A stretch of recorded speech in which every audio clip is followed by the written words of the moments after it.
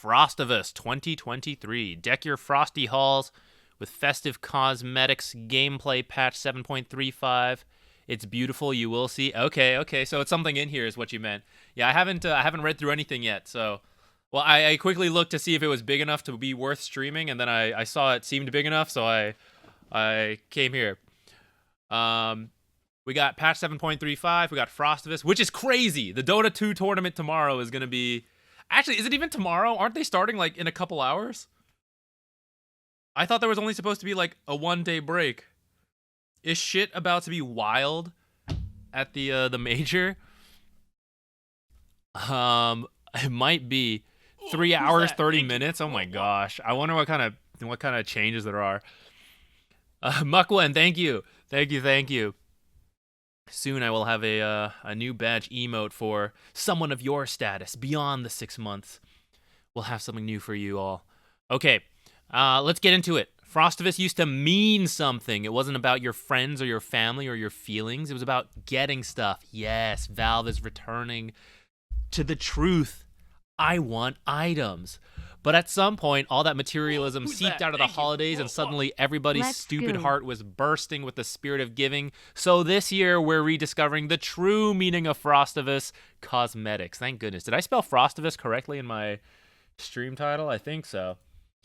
I'm not gonna, whatever. It is what it is. Airzy, thank you so much. Yeah, let's go. Let's do it. Okay, Frostivus. Frostivus treasure chest. I gotta keep making sure it's not quite here. Let me shrink this a little. Boop. Okay, there we go. Make sure you guys can see everything that I'm seeing. Let's see how the update's doing. Still a ways to go. Okay. Frostivus treasure chest.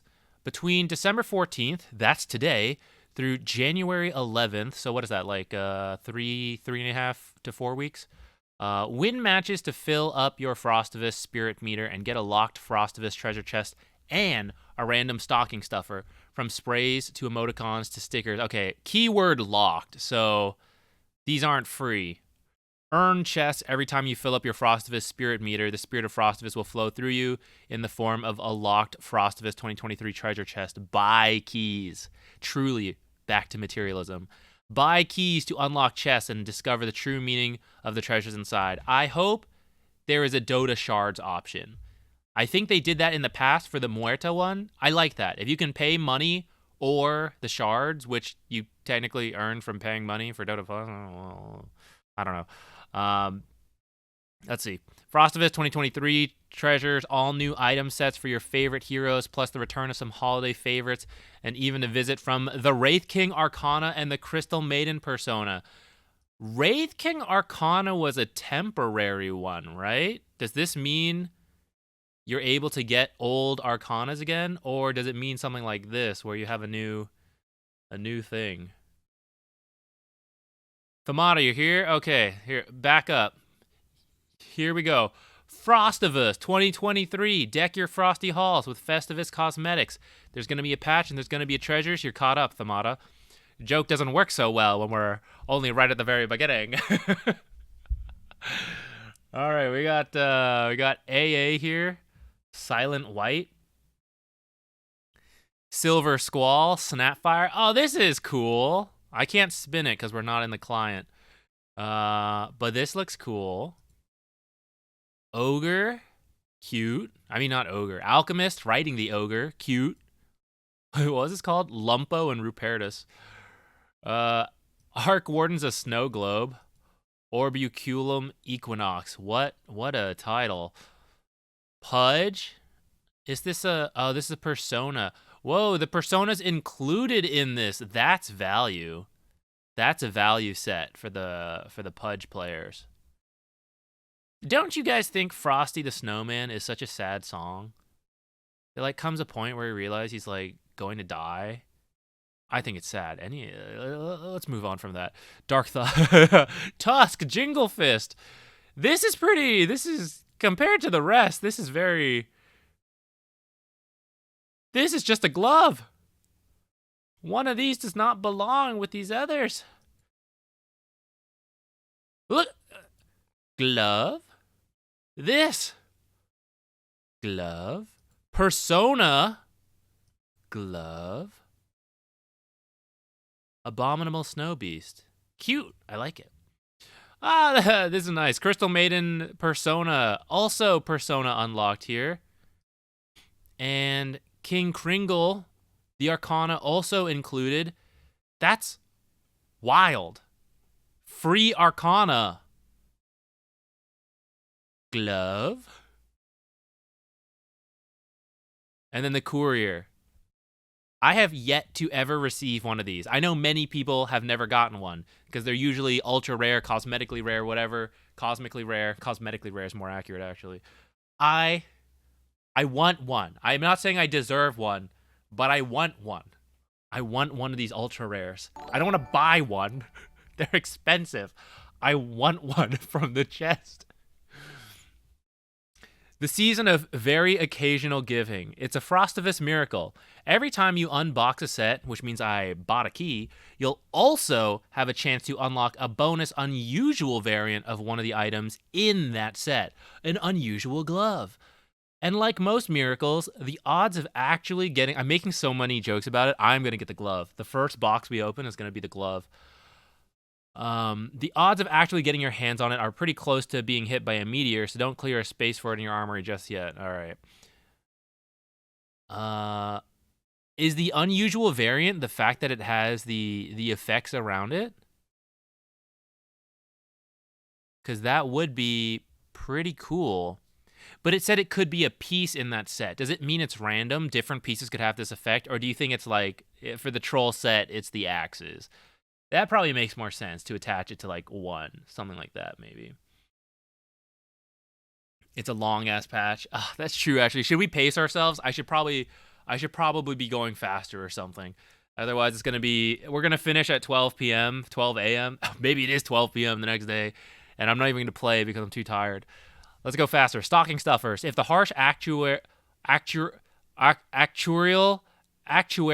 reality of that last paragraph got you depressed about the likelihood of ever getting a bonus gift in addition to a regular gift, buck up. The Frostivus Prize Patrol is guaranteed to stop at your house every time you fill up your Frostivus Spirit Meter with one of the great gifts below. We got sprays and stickers. We got emoticons, guys. I was listening. My mom was playing some Christmas music yesterday. The song in The Grinch, there are some great lines, actually, I realized. I think it's pretty funny. One of them is like, "You bad banana." That's hilarious. We're going to use that as an insult, right? Why do Dota players have to be so toxic? Why can't they just call each other bad bananas? You've got a heart of garlic. That's where we should go with the season. That's how we're going to flame people in Dota from now on. We're going to use those lines. Emoticons. Even before Marie Curie invented emoticons, nobody had the ability to express emotions. Dota salutes her sacrifice, since the early ones were highly radioactive. That seems a little... that joke seems a little edgy. She contributed greatly to science. Frosty the Northward. Secret bonus lore. This undersized snowman is actually more powerful than both ancients, but you'll never know it. Why? He's modest. I respect that. Have you been naughty or nice? I have 12k behavior score. Did you play Dota this year without breaking the rules? Great! King Kringle has a different hammer for you. Make no mistake, he's still going to hit you with it, but once you wake up in the hospital, was it all a dream? What's that next to you on your pillow? A free Frostivus gift! What did your behavior score earn you? Open your presidency. All right, what was the first thing? Naughty. There's no sense denying it. King Kringle knows. He's checked your behavior score twice, and he's coming with his band hammer to pulverize the Smurf accounts of all the naughty boys and girls before handing out penalties to their associated main accounts. Wow, that is my gift for being nice. You can delete this paragraph. Just copy and paste this one in the middle. It's a 2-for-1. The naughty people, that's the gift to the nice people. Fantastic. Festive items. We got a Frostivus hat here. Hats for everyone, no head, no problem. Too many heads, no such thing. The Frostivus Prize Patrol is backing up the hat truck and raising the dump bed onto anything that even slightly resembles a head. Freebies. In Frostivus past, I hope my broodling spiders have... I hope Broodmother's buff so that we can play Broodmother. 2, the spiders better have hats. Freebies. In Frostivus past, a consumable had limited charges. This year, you can use as many as you want. Good, because that was stupid. I hated that the free items had charges. I never used a single one, but they shouldn't have charges. This year, you can use as many as you want. It's a gift. Well, more of a loan, really. The Frostivus Prize Patrol will be coming back to collect them at the end of the event. High fives. Unlike the high fives you constantly give your friends and family, Frostivus high fives are more like festive hot chocolate toasts. If we're being honest, your friends and family think you could take a break from all those high fives anyways. They think I could take a break from Dota, too. Client updates. Well, good King Kringle has given out all his presents for another year. Happy Frostivus, everyone. Drive safe. But wait! There's something else at the bottom of his sack. Quality of life. Better info for better decision making. Picture not loading. Tower range indicator. Tired of not knowing when the tower's targeting something important to you? Important, i.e. you?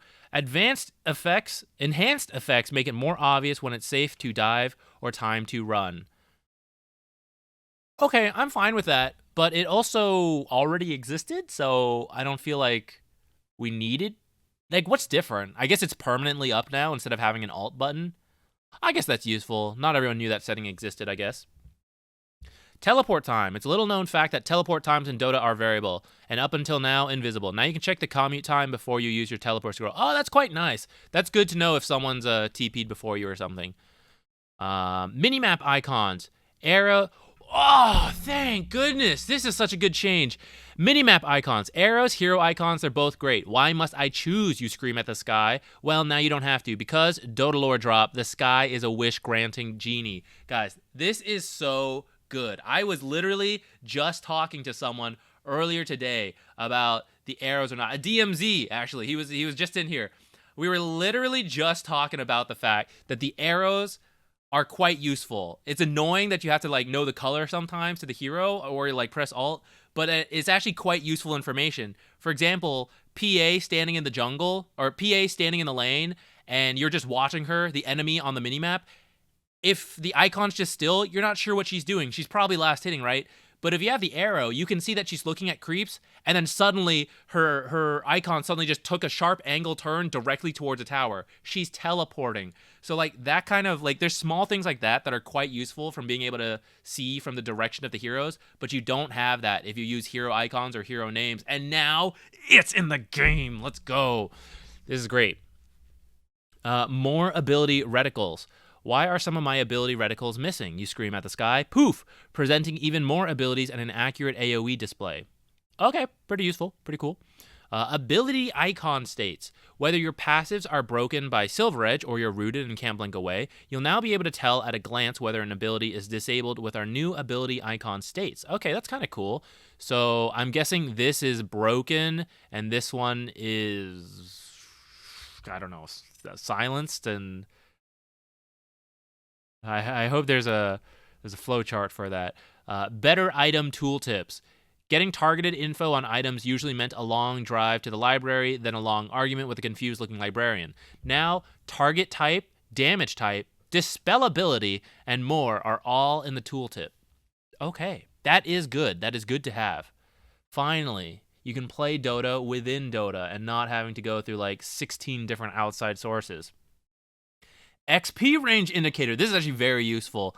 XP is all around us, just there for the leeching. If only you knew where to find it. Now you can simply by hovering over your hero's level. No alt needed. I actually didn't know you could alt over this to show the XP icon, XP range.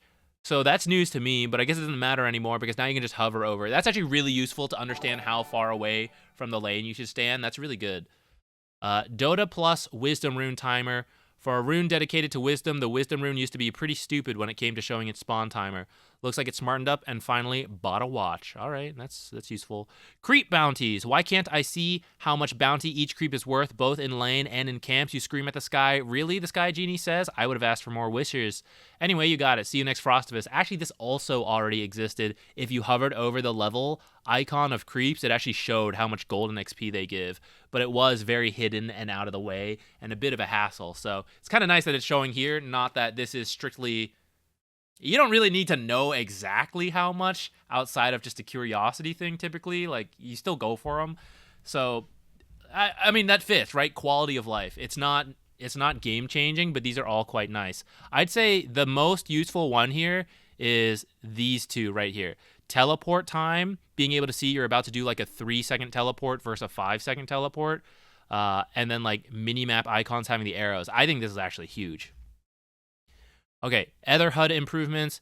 There's a ton of information to absorb in Dota, and we've made several HUD improvements to help. Right-clicking on items in your inventory now highlights which item you selected by making other items darker. Oh, that's useful. Never drop or sell the wrong item again. Popular items now only feature a gray border when you have enough gold to afford them. Popular items now only feature a gray border when you have enough gold. What does that mean? No more confusing border discrepancy. Plus, health costs for items are hidden along with mana when they're in your backpack.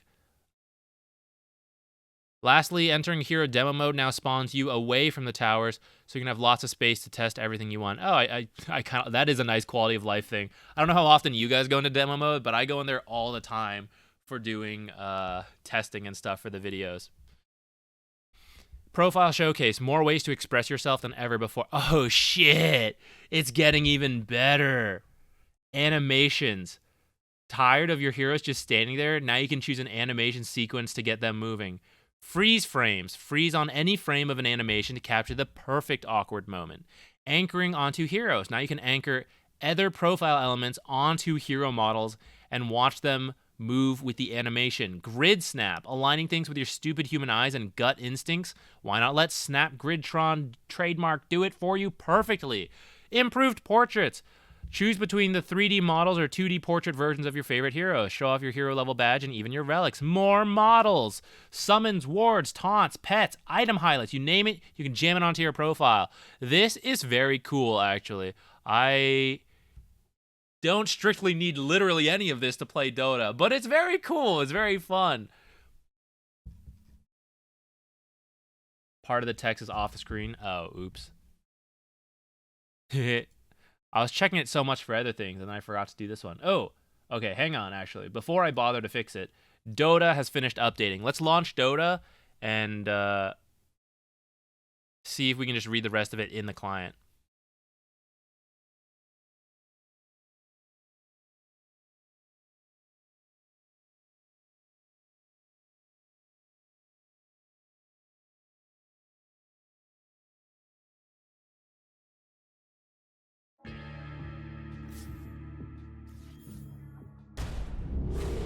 Is this any different?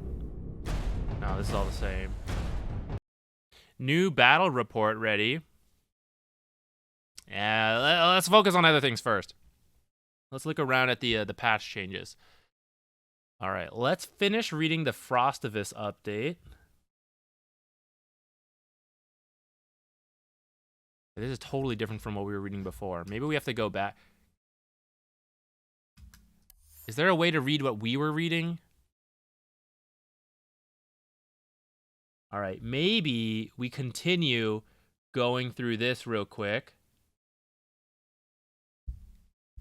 And so I will then shrink it more for you guys to actually see what's going on. A little more.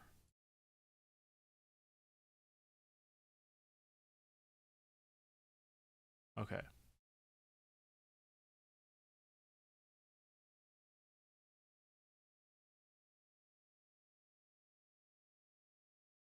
Okay, this is cool. This is cool. Armory. More improvements to your inventory. Improved group. Can't see what it is. Improved grouping. All items can now be grouped by hero name. Filters and tags are back.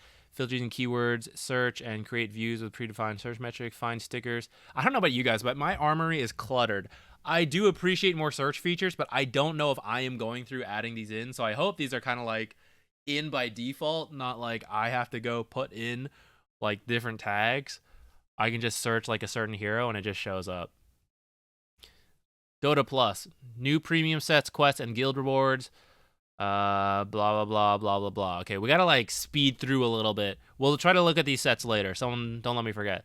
7.35 patch notes, new and updated in-game items. Hold on. Let's not spoiler items yet. Looks like there's one gift left in King Kringle's sack. Phrasing. And as is his right, he may claim it by fighting a child to the death. He's swinging his long sword, and yes, the gift is his by combat. It's a bounty of reworked Dota items, some brand new alongside some old... He killed a child, I think. That's dark. Okay, so now we're getting into the actual patch. So now let's go to the client so that we can, like, click through stuff as we go through. Oh, my goodness. All right. I need to... Yeah, there we go. Boom. Already got one for this. Are we ready? Oh, God. There's an essay here. Okay, 7.35. Neutral creeps bounty decreased by 2 across the board. Neutral creeps are no longer affected by mines, graveyard, statue, and well buffs. Super creeps and mega creeps attack damage increased by 5. That's pretty good. Courier health. I'm going to read through all of these before we start theorizing about how different things like will play into each other.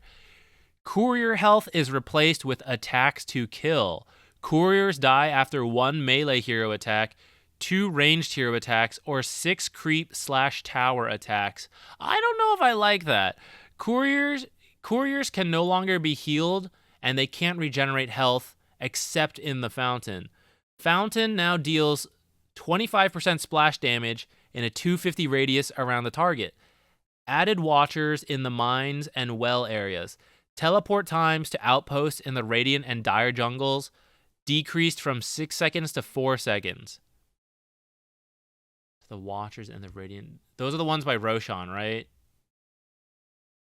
Oh no, they mean the one in the off lane, sorry. By the ancient camps.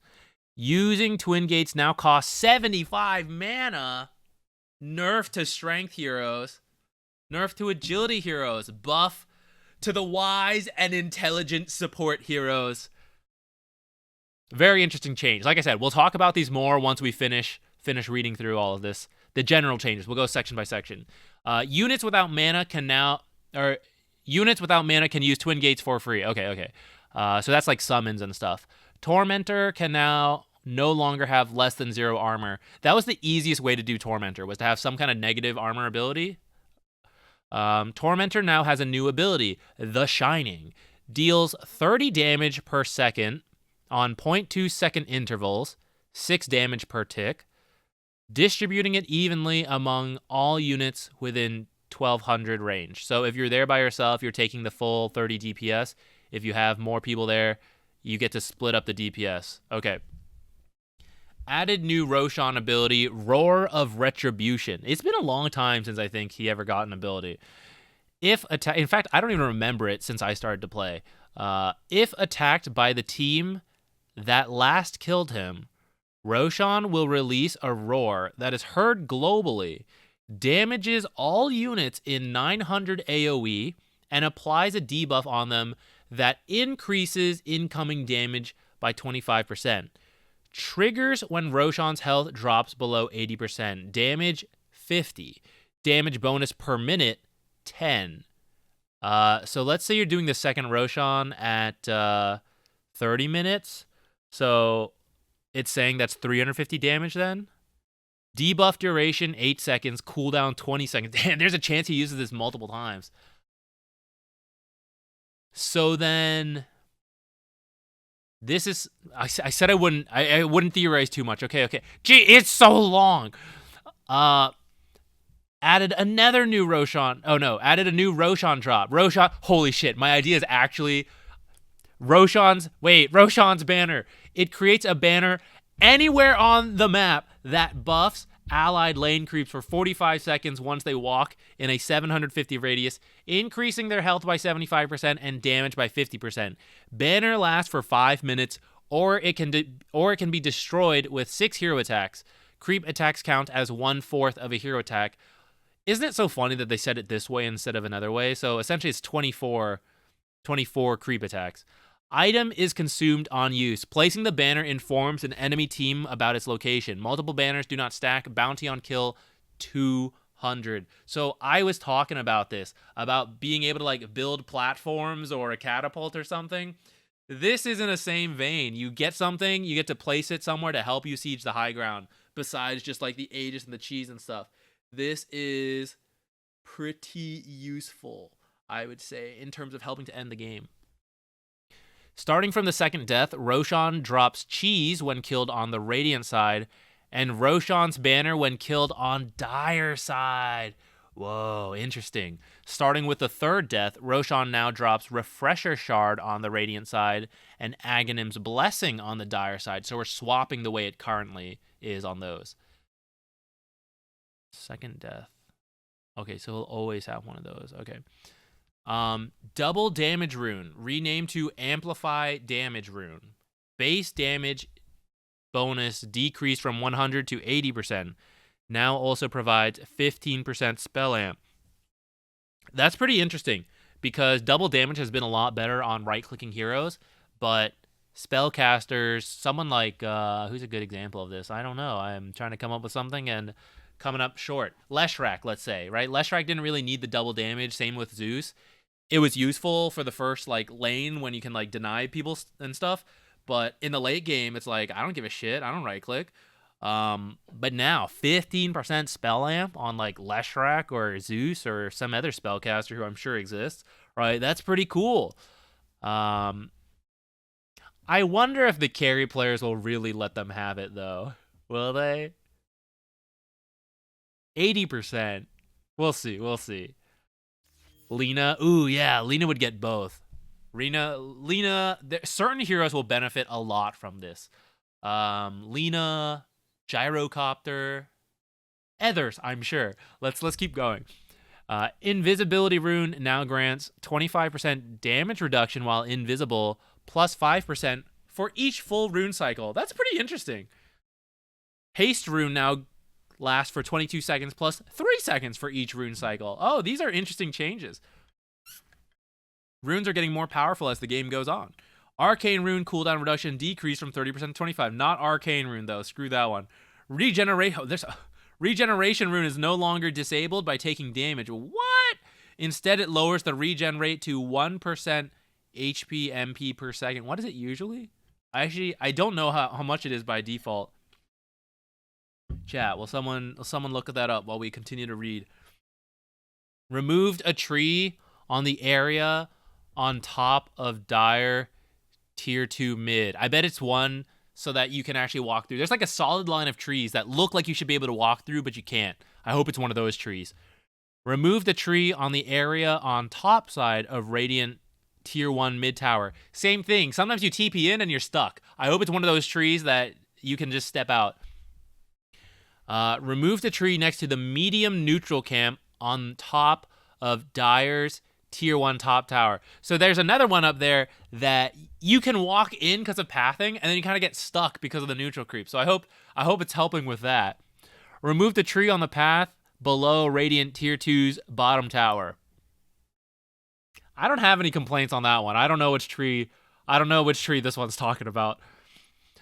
Added support. I love supports. For a new bonus, AoE radius. Affects areas of effect, increasing width and radius of spells, does not affect lengths and ranges that are already increased by Aether Lens. Also ignores auras and passive aura-like components of some active spells, i.e. Earn Soul, Gathering Radius, and Silencer's in Steel range. Is that all? Also ignores auras and passive aura-like components of some active spells. Currently, this effect is provided only by Bloodstone. Spoiler alert. Fixed long-standing and game-breaking bug where the chance for hero melee damage block was 49% instead of 50%. I actually had no idea about that. That's crazy. Fixed Lotus Pool. This technically means all melee heroes just got a little bit tankier. Fixed Lotus Pool Lotuses not spawning at the exact minute. Thank God. I'm like spamming at 3 minutes. They don't come up till 3:01.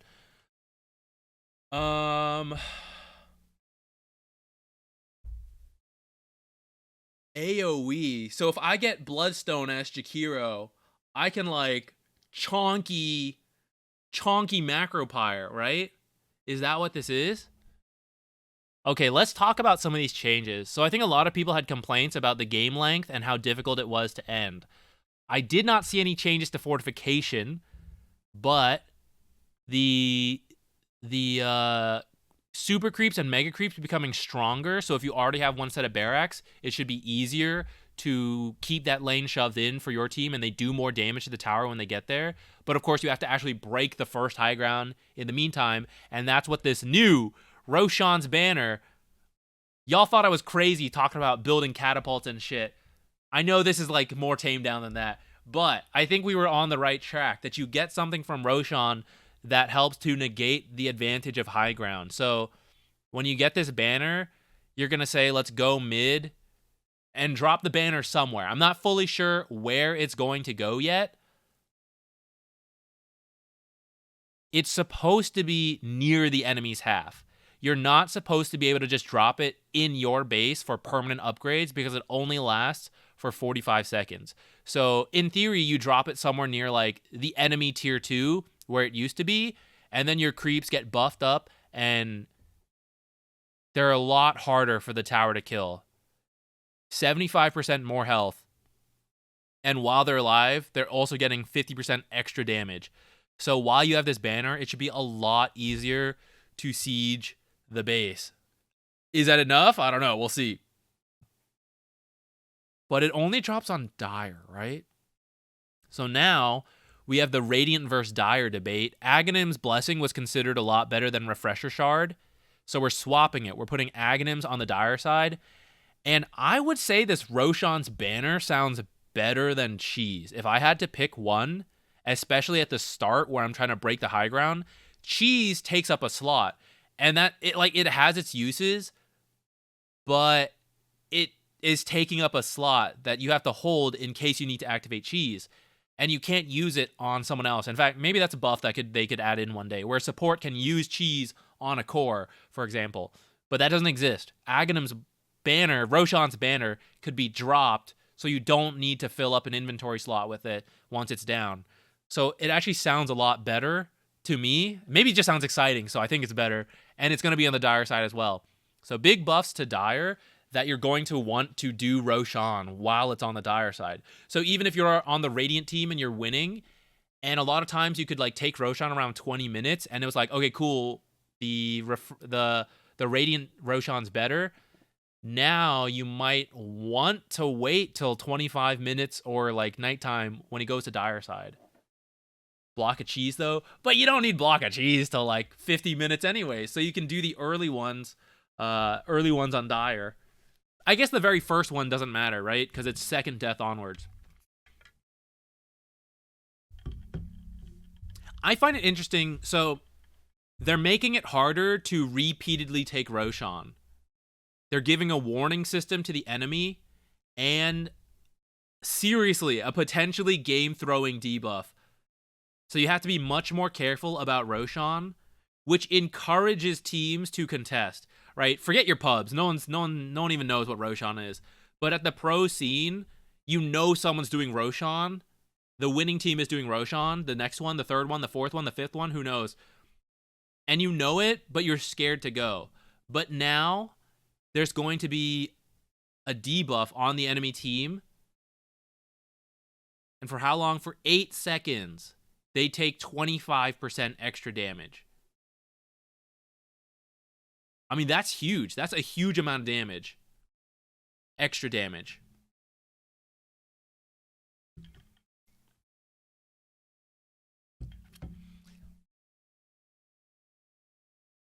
Yeah, it's not double damage anymore. It is what it is.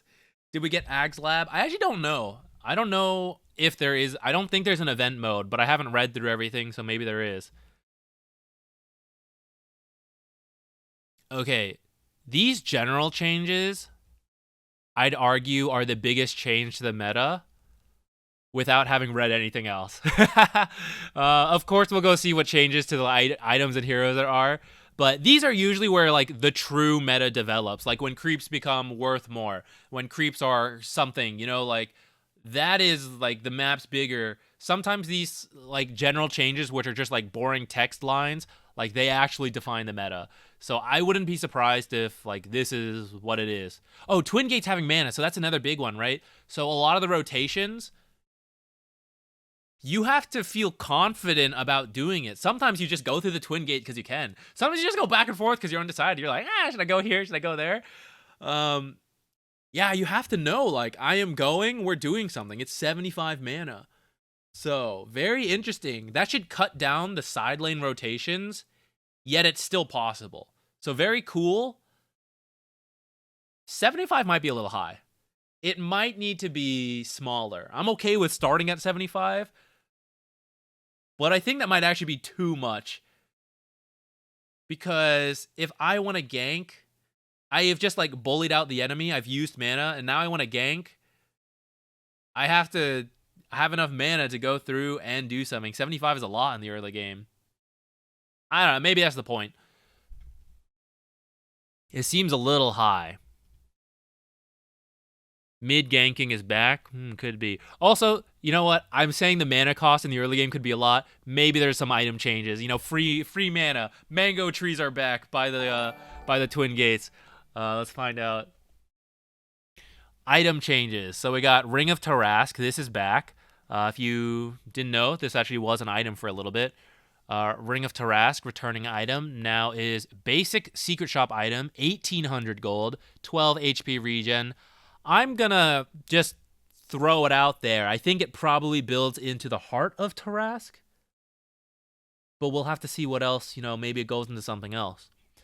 Tiara of Salamene, new item, new basic secret shop item, also 1,800 gold, 6 mana regen. So these are like next level Voidstone Ring of Health currently. Conda, new item, requires Crystallis, 2,000 gold, Phylactery, 2,400 gold, and a 600 gold recipe. Total cost, 5,000. Provides 50 damage, 200 health, 200 mana, all 8 all stats, passive critical strike, 30% for 160 critical damage, and the passive empower spell is the Phylactery's passive. The spell is similar to Phylactery's passive, but bonus damage is rescaled from flat 100 to 100 plus 75% of your attack damage. So going back to Lina potentially being like pretty good. No, actually Lina's a bad example because she doesn't have a single target spell. But essentially, this item is for the spellcaster auto attacker hybrid. I like that.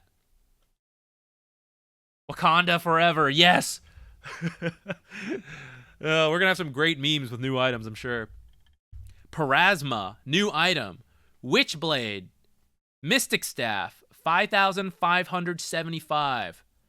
Provides 45 intelligence, 40 attack speed, 8 armor, and 300 attack projectile speed. Passive, Magic Corruption.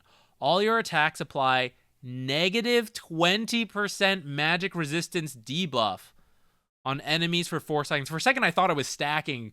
I don't know why, but probably just a one time and then you refresh it. 20%'s a lot. If you've not bought any magic resist, you're pretty much at 0. You're pretty much taking pure damage. Well, actually, probably a little more than that because of like multiplicative magic resistance. So maybe like 10% if I had to guess. But then you veil them. Okay, cool. Javelin's dirt cheap! 900? I can almost start with a Javelin. I can go no items into Bounty Rune First Blood, buy a Javelin. I'm setting the meta here right now. You're going to see someone do that.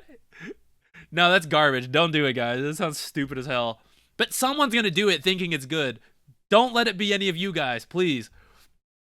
Quarterstaff is removed from the game. Man, Sour Potato's riddle just killed. They hated the riddle. They couldn't get it. They hated it. It's gone. I wonder why. I guess it was kind of funny.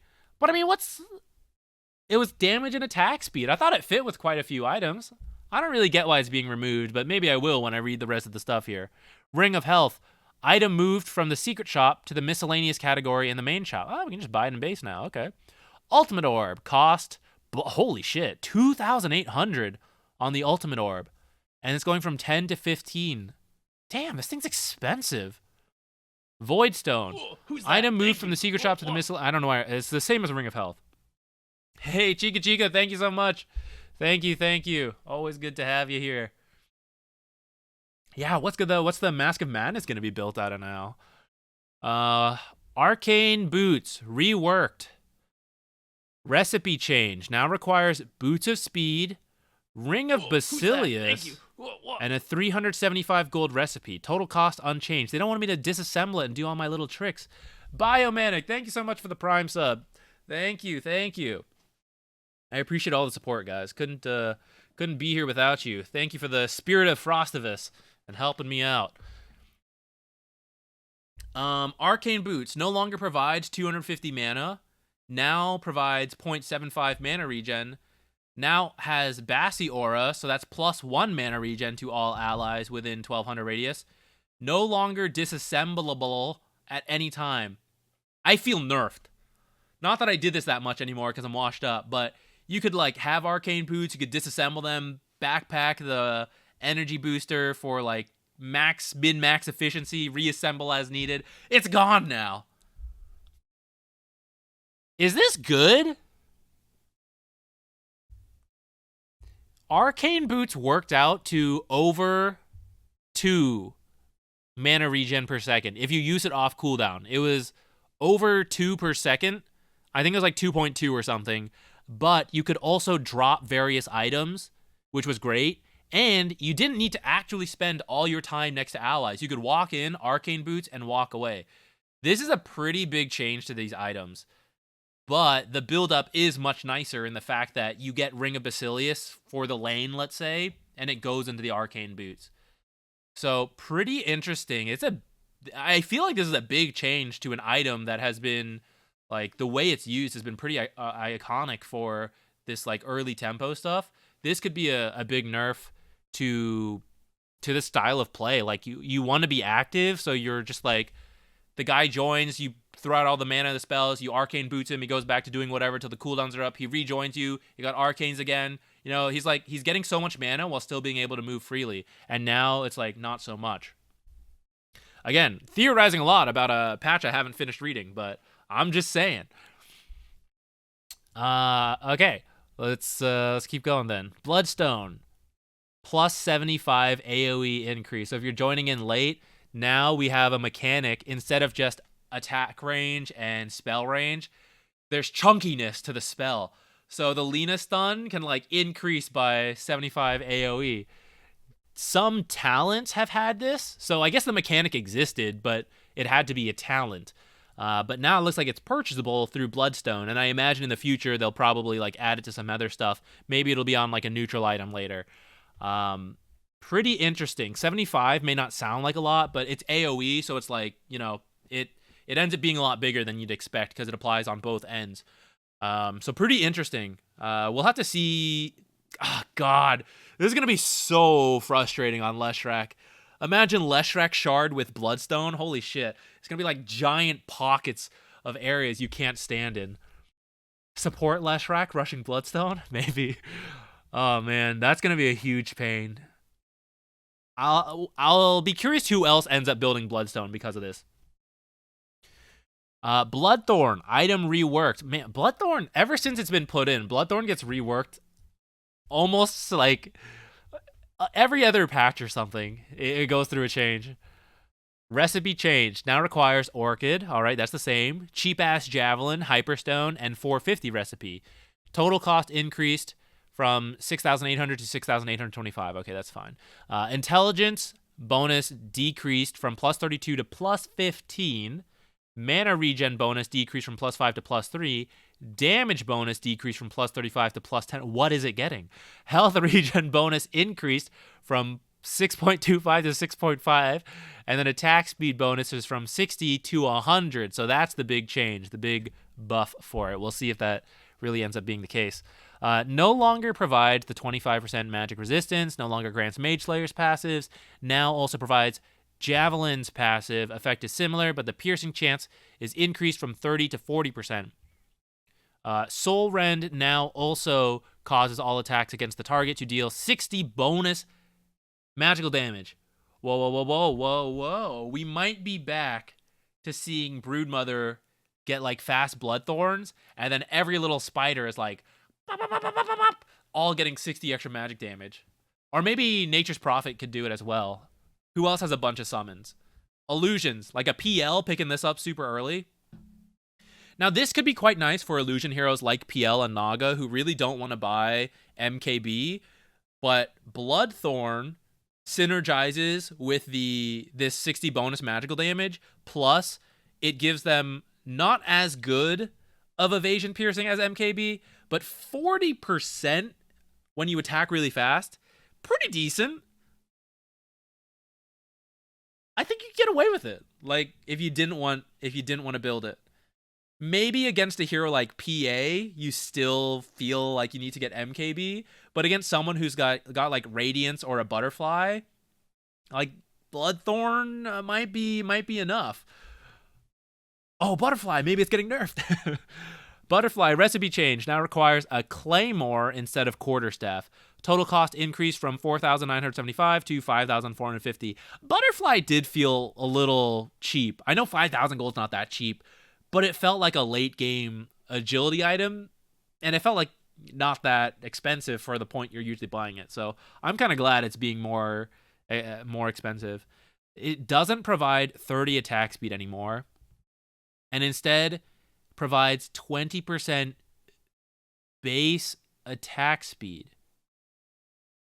Note, affects only the base attack speed and gained from agility attribute.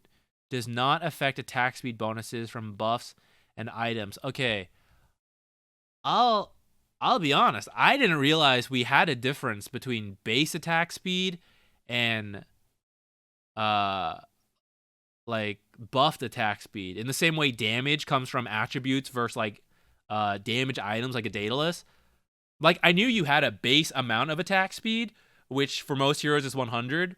I didn't realize agility went directly into that. But it matters now because now Butterfly, so you're 100 base, and then say you have 100 agility, so you have 200 base, which means you get 40 extra attack speed. I'm sorry, what did I just say? That's correct, right? 200 attack speed, 20%, yeah, 40. Okay. Interesting. Okay, I'm okay with having that kind of mechanic, I guess. Crystallis recipe change now requires Claymore, Blades of Attack, and a 200 gold recipe. Total cost increased from 1,900 to 2,000. That's fine. Daedalus recipe cost decreased, I guess, to match the Crystallis. That's fine.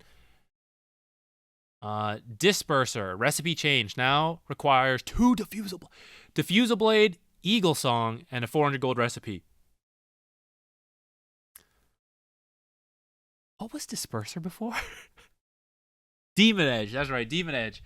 I literally have never built Disperser in my life. I have not played a single hero who would even build Disperser even before the item came out. It is not a support item. Maybe eventually. Maybe we can come up with something crazy where the active is useful. This was the anti-slow item. Yeah, anti-slow or you need AoE Dispel. Both were potential uses for it. So now it doesn't have 45 damage, but it gives 20 extra agility, which for agility heroes is 20 damage, which is pretty close. Not that close, but like 20 damage plus 20 extra attack speed. Like the math, I'm sure, works out. But for non-agility heroes, aka universal heroes looking to buy Disperser, this is going to be a lot less damage, but you are getting attack speed at least. And suppressed duration is increased from 4 to 5 seconds. Okay. Divine Rapier. Now, whoa, 25 spell amp on Divine Rapier. So it's the same treatment as DD, which is that this is part of the reason why in the late game, carries Reign Supreme, right-clicking Reign Supreme, because you have the attack speed synergizing with critical damage, raw damage, and then an item like Divine Rapier. And spellcasters have always dropped off in Dota 2, and it's why the carry has always been a right-clicking hero, a aside from like some, crazy stuff. But we are now adding in several mechanics to buff up, not mechanics, but like items and things that will buff up spell damage. So we potentially have like a world where we get, I don't know, I was going to say Leshrat carry, but that's actually not that crazy. Pros have done that. Who's Zeus carry? Can we say that? Is this a thing? Zeus carry and then like divine rapiers? And you're just nuking people? Carry gyro with rapier and morph. Rapier is going to be insane. True. This is the danger. We're talking about how this could help spellcasters, but actually there's a subset of heroes who are both right click and spell damage, and they might be the meta. It might be things like gyro, who just like, you got to pick him because I don't even remember what the other item was. Divine rapier and what? DD, was that it? Sorry. Amplify damage rune. ADR.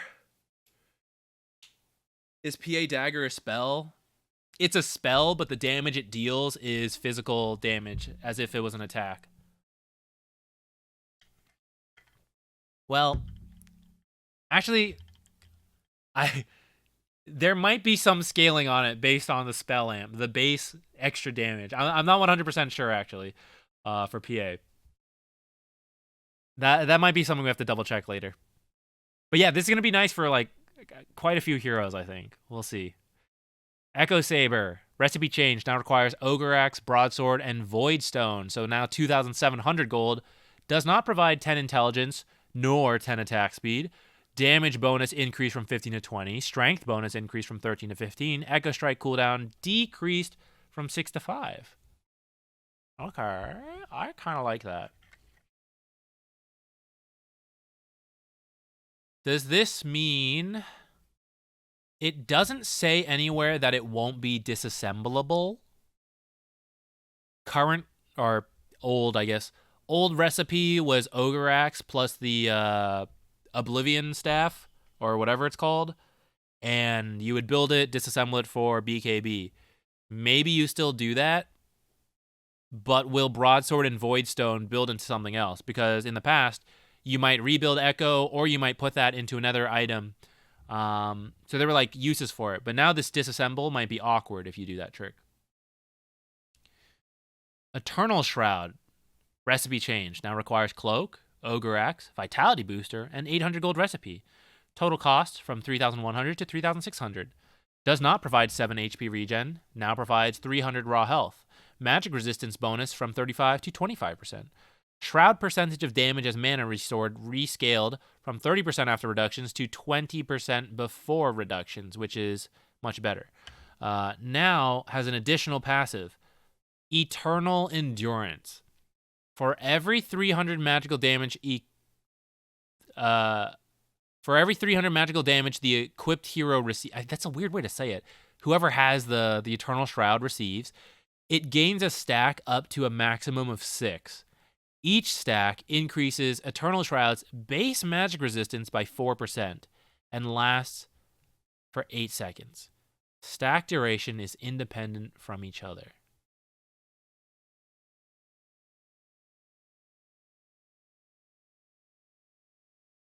Every 300 magic damage. Will this be like Bristleback Quills, where you get hit with like a 900 nuke? Do you gain 3 stacks, or is that like, oh, that was 1 stack because it was 1 spell? Some testing to be done there. Ethereal Blade. Ooh, that might be really good on... I wonder if it calculates its own damage, like Pudge. That's a really good idea, Wooberts, if it does. Because that could be so good. Or could you, like, even a hero like Huskar, right? Huskar just keeps attacking, has an armlet going. Like, would those count? And then just give him insane magic resist? Tests for later. Someone remember that. Remind me in a moment. Eblade. Item reworked. Recipe changed. Now requires Aether Lens. Aether Lens, Ghost Scepter, and a 1600 recipe. Total cost from 4,650 to 5,375. No longer provides any Kaya-based bonuses. Now provides 8 all stats, 300 mana, 3 mana regen, 250 cast range. Supports. Let's go. We're going to Eblade people. Oh, we're definitely going to have to try this on someone. I don't know who. I don't know what changes there are. But Eblade, can you imagine? In Malaysia right now, pros are frantically reading through this bullshit before they have to draft something around this. Is that not insane? We're here having a good time, and someone, like, how many people are at that tournament? Like, 30 young adults are sweating hundreds of thousands of dollars over, like, oh my god, am I, like, Eblade Rush right now? Or, like, Lena, DD, Divine Rapier, isn't that insane? They're probably, like, stressing the hell out over how much money there is on the line for this shit. And here we are, just like, woo, wacky shit. You're at the arena? Oh, man, that's gonna be great. The pros might be stressed, but I bet the viewers and the casters are going to have a blast. I bet you're going to have a great time there in person. Oh, man. Okay, IOF Scotty. Recipe change. Now requires Ultimate Orb, Point Booster, and a 1,300 gold recipe. I guess because Ultimate Orbs got a lot more expensive, so they didn't want it to be double Ultimate Orb, and then, like... Looks like they still wanted to keep the Point Booster. They could have just changed the Point Booster, probably, but whatever. Attack speed reduction rescaled from 30/60 to 10%, 20%. Okay. So at 300%, or sorry, 300 move speed. Wait. At 300 move speed and no, the move speed didn't change, did it? No, the move speed's the same. I got confused because move speed's 20%, but that's not the 20% it's referring to. It used to be 30 attack speed slow if they're ranged and 60 attack speed slow if they're melee. So now it's 10% on the ranged and 60% on the melee. Sorry, swap that. 10% on melee, 20% on ranged. So, whatever. You guys know what I mean. You guys can read and you figured it out. So at 300 attack speed is when IOF Scotty is better than it used to be. And we now have some other new mechanics that boost up attack speed. So IOF Scotty should be better than it was before. But the build-up is maybe a bit worse here? Though actually, you never bought IOF Scotty early enough to care about slot efficiency. You bought like one component to stick in your inventory, and then usually the other two were in the backpack or it finished. So... the fact that it's the recipe now is probably not a huge deal. The bigger pain is you can't finish it all at the secret shop, and you have to have the recipe come to you. But a little niche, probably not a huge deal. Gleipnir. Recipe cost decreased from 700 to 450. Total cost unchanged. Now also provides 30 attack speed from the updated Maelstrom. I haven't even seen the updated Maelstrom yet. Guardian Greaves no longer provides 250 mana. Now provides 1.5 mana regen. Guardian Aura now also grants 1.5 mana regen to allies and plus 5 to allies below 25% health. Isn't that funny, though? Why would you need more mana regen when you are low health? They should change this so when you're low mana, you get more mana regen. They should make it match. You get more health when you're low health. You get more mana when you're low mana. There's going to be some strat where some intelligence heroes intentionally take damage to get more mana from Guardian Greaves or some shit now. Harpoon. Total cost increased from 4,500 to 4,700. No longer provides 10 attack speed. Damage bonus increased from 15 to 25. Strength bonus increased from 20 to 25. Intelligence decreased from 16 to 10. Echo Strike cooldown from 6 to 5. Okay.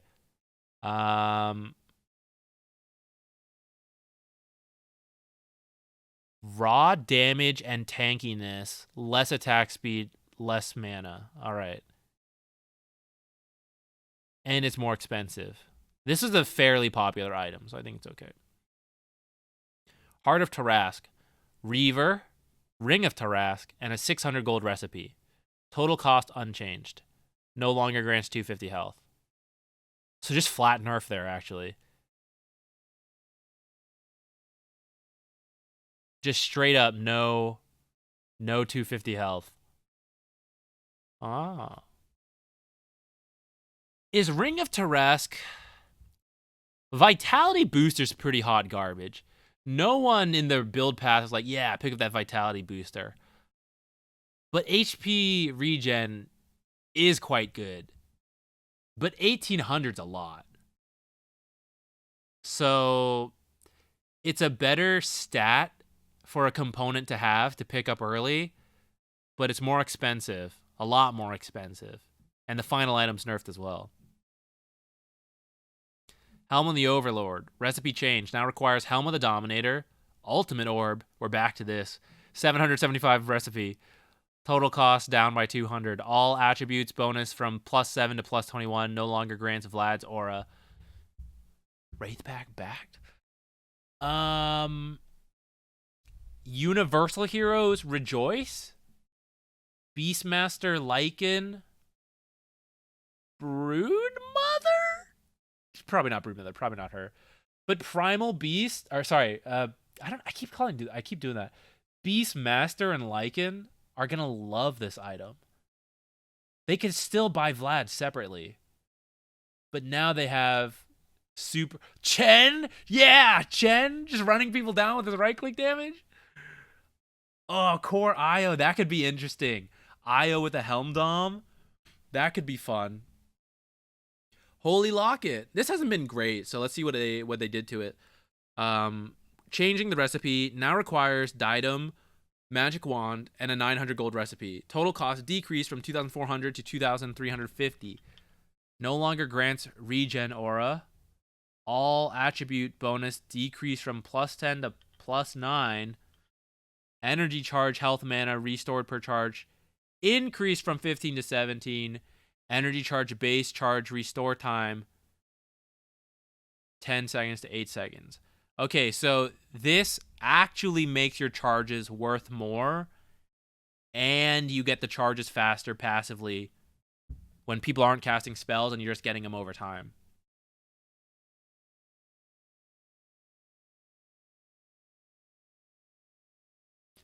What's the exact math on this then? 1 second.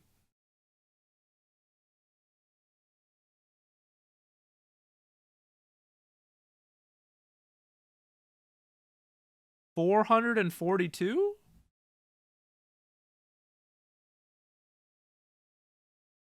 $442 heal on someone.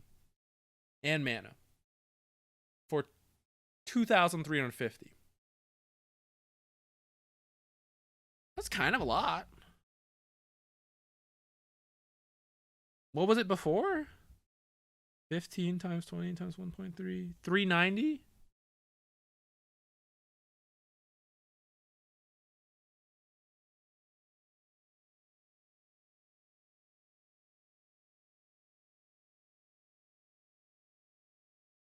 About 2.5 minutes to get the full charge.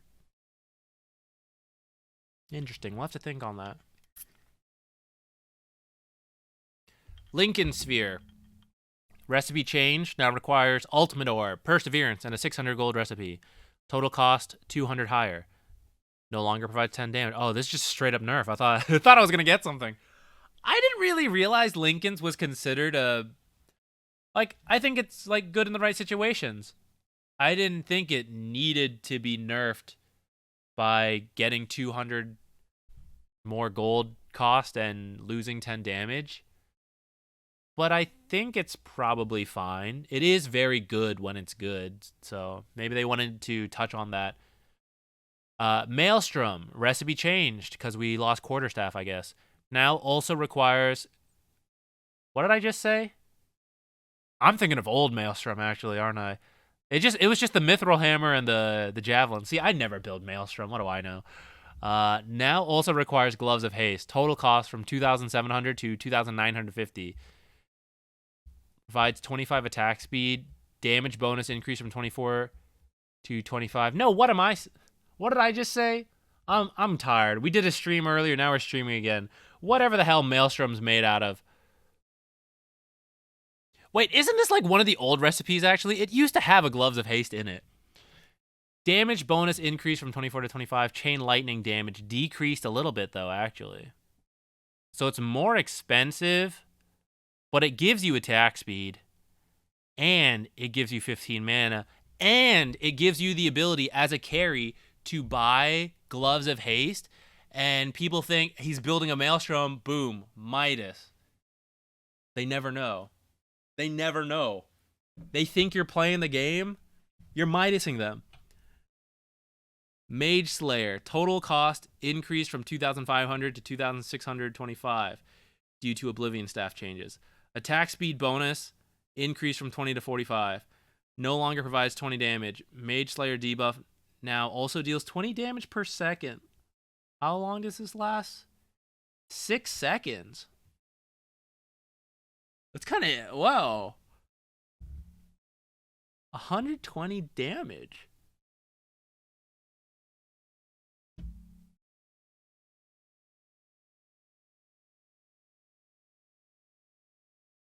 If you can apply... Who can do this? Pango? Is there like a farming element to Mage Slayer? Can Pango rush this and just like cue a creep wave and then they'll all die or something? Can he do that? He'll probably still just go Diffusal anyways, but...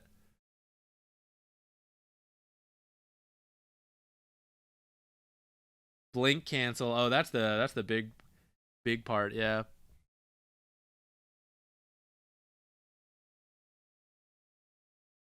Manta style.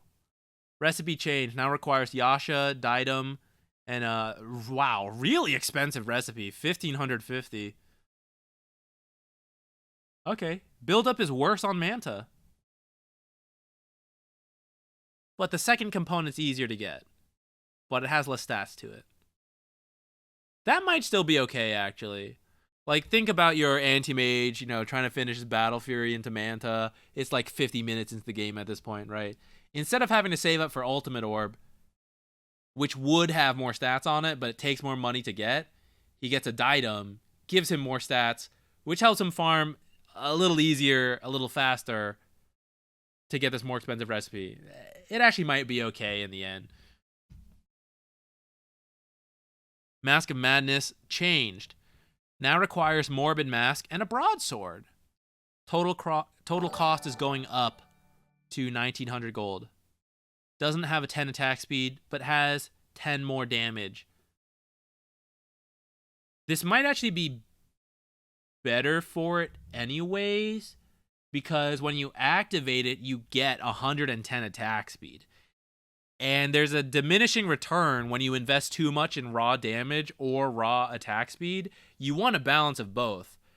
This might actually be good for Mask of Madness because now it provides you more damage when you activate your massive amount of attack speed.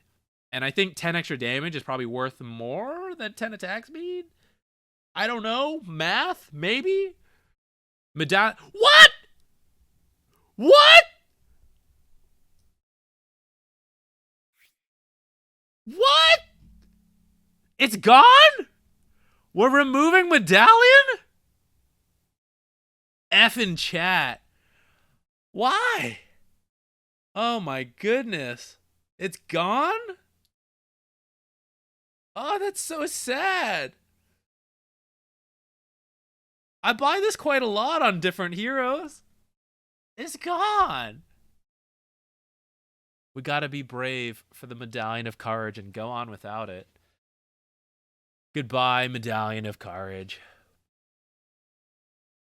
I wonder if there's gonna be something else for it. Let's keep reading, I guess. Let's see what else.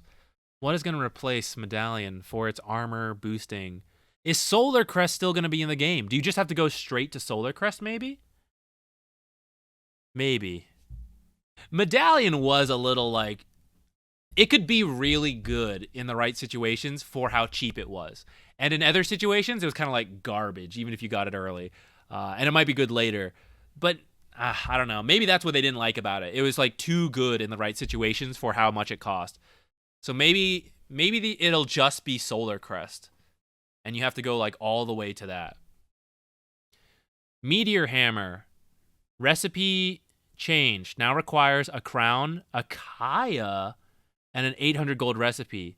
It's now 3,300 gold. Doesn't provide HP regen or mana regen, but it has a lot more intelligence to it, from 8 to 24. Agility and strength bonuses decrease from 8 to 6. 10% spell amp, 24% lifesteal spell amplification, and plus 75% mana regen amplification. Meteor Hammer damage over time for both units and buildings decreased from 60 to 50. Impact damage decreased from 95 to 90. Unit impact damage. These are all nerfs. I thought one of these was going to be a buff. Who's going to build this? Like, who wants to build a Kaya and sit there and channel? Oh, who's that? Thank you. OD? Been a while, Zach, loving the VODs on YouTube since I can't always make it to the stream. Hey, thank you. Thanks for watching the VODs. I appreciate it. Sometimes they're a hassle to put up when they get like messy. The new way I do it is much easier, so it's not usually a problem. But then sometimes I'm like, oh, what a pain. But then people like you drop by, and I'm like, that's why. I'll put it up for you guys. It's for you guys. So thank you for watching it. You make it worth the effort. Yeah, what do you guys, who's doing this? Nyx? Okay, Nyx could actually be good. I could see that. OD. Underlord. No, sorry, you said UD. Undying? Undying, no way. Maybe. No. Well, maybe. Well, I gotta think on that one. This is a weird build-up now. I'm not sure. Void. October likes to play Void Spirit. He used to do like Yule's Meteor.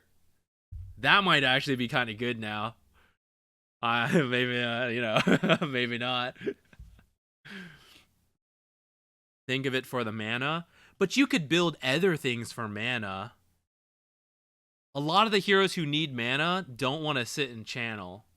I could be wrong, right? I'm just surprised by it.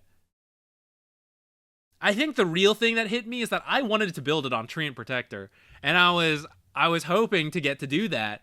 And a Kaya on Treant Protector is just not very good, so I don't think I can anymore. Or it's harder to get away with, you know? I think that's where I'm really at. Mjolnir, recipe cost decreased from 800 to 550. Attack speed bonus from 70 to 90. That's probably pretty good for Mjolnir. MKB, 200 more gold on the recipe, but the total cost is the same because of the javelin cost going down. Oblivion Staff. Recipe change. Now requires Blitz Knuckles, Sage's Mask, and a Robe of Magi. Total cost increased from 1,500 to 1,625. Attack speed bonus increased from 10 to 35. Excuse me. No longer provides 15 damage. Alright. Octarine Core. Recipe change. Now requires Tiara of Salamene and Soul Booster. Total cost increased from 4,600 to 4,800. Mana regen increased from 5 to 6. Build up is more of a pain than double Voidstone. The end item has better stats, but the process to get there is worse. A good chunk of people were building Octarine though. Like Spirit Breaker. So I think it's fine to nerf it. Orb of Corrosion's getting reworked. Now requires an Orb of Venom, a Ring of Protection, and Gloves of Haste. Total cost decreased from 925 to 900.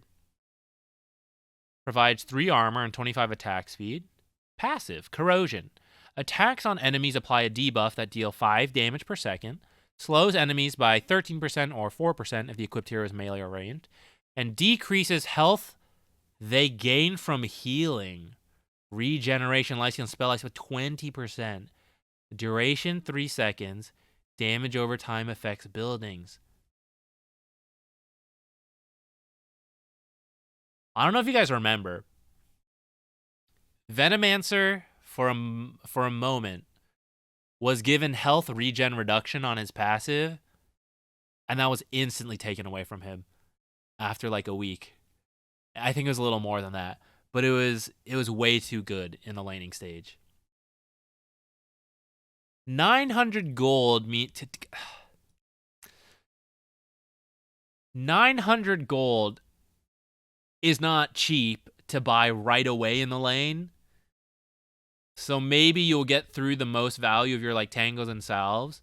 But if you manage to pick up a very fast Orb of Corrosion, that could be really painful for your regen in the lane. That seems potentially really good. But maybe it comes late enough that it's like whatever, except for the matchup. You know, like Treant. I think this is a Treant nerf specifically, actually. Treant has been a lane dominator for so long. Now you hit people and you reduce that healing by 20%. It could be pretty good. On certain heroes, anyways. But even then, like, outside of the lane... Yeah, Huskar, right? Like, this is now the cheapest item you can buy and affect regen. Which is pretty crazy. Because prior to this, it was Ancient Apparition, it was Venomancer Talent, or if you needed to buy an answer, it's like 2,800 gold for a Spirit Vessel that can be dispelled and you need charges for. Shivas and Scotty, over 4,000 and like 5,000 gold each. Now, 900 gold! I start with 600! That's crazy. Huskar players, shattered, broken. Timbersaw, what can you do? Morphling? Slark? Bopped.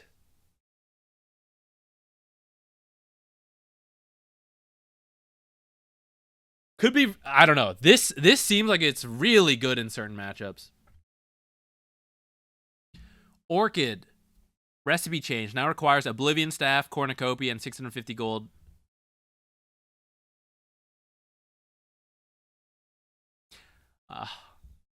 I'm playing Dota too much. I'm struggling. I'm like starting to confuse old recipes with like more modern ones.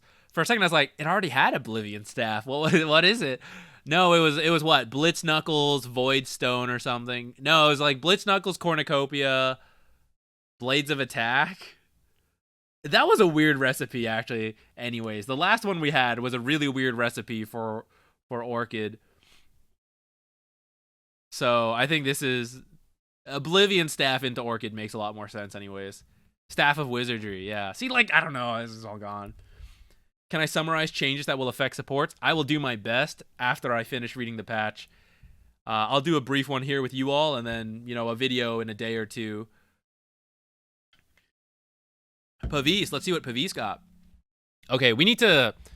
When does the major start? We need to speed up our tempo. Everyone's gonna leave as soon as the major begins. We gotta hightail it to get through all these changes. Pavis, recipe change, now requires energy booster, ring of protection, fluffy hat, and 175 gold recipe. Total cost is the same, doesn't provide 2.5 mana regen, now provides 250 mana. I think this is worse. I don't want this as much. I liked the Void Stone more than the flat mana. That's kind of weird to me. I don't know. That's weird. It's probably better for a couple heroes who want mana pool more than mana regen. But this is a support item. Many supports are intelligence heroes, and many intelligence heroes need mana regen more than they need flat mana. So this is kind of strange. I'm not sure on this one. We're going to have to see that in action. Phylactery now requires a 200 gold recipe instead of Sage's Mask. So they're hurting the build-up, and it doesn't have mana regen, which honestly, this was kind of a small amount of mana regen anyhow, but it was nice for the people who would build it. Okay, nerfed. Worse. They're nerfing it because it now has a build-up into... What the hell was that item called? Conda? Is that what it was? Pipe of Insight. Recipe changed. Now requires cloak, headdress, ring of Tarasque, and a 700 gold recipe. Total cost increased by 400. Oh no, 350. 450? No, 350. Yeah. I'm getting tired from the day. Health regen from 6 to 14. That's crazy.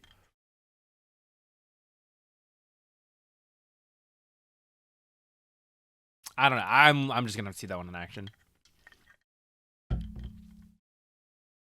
Just make this a major watch party. Maybe we will watch some. We'll see when it starts.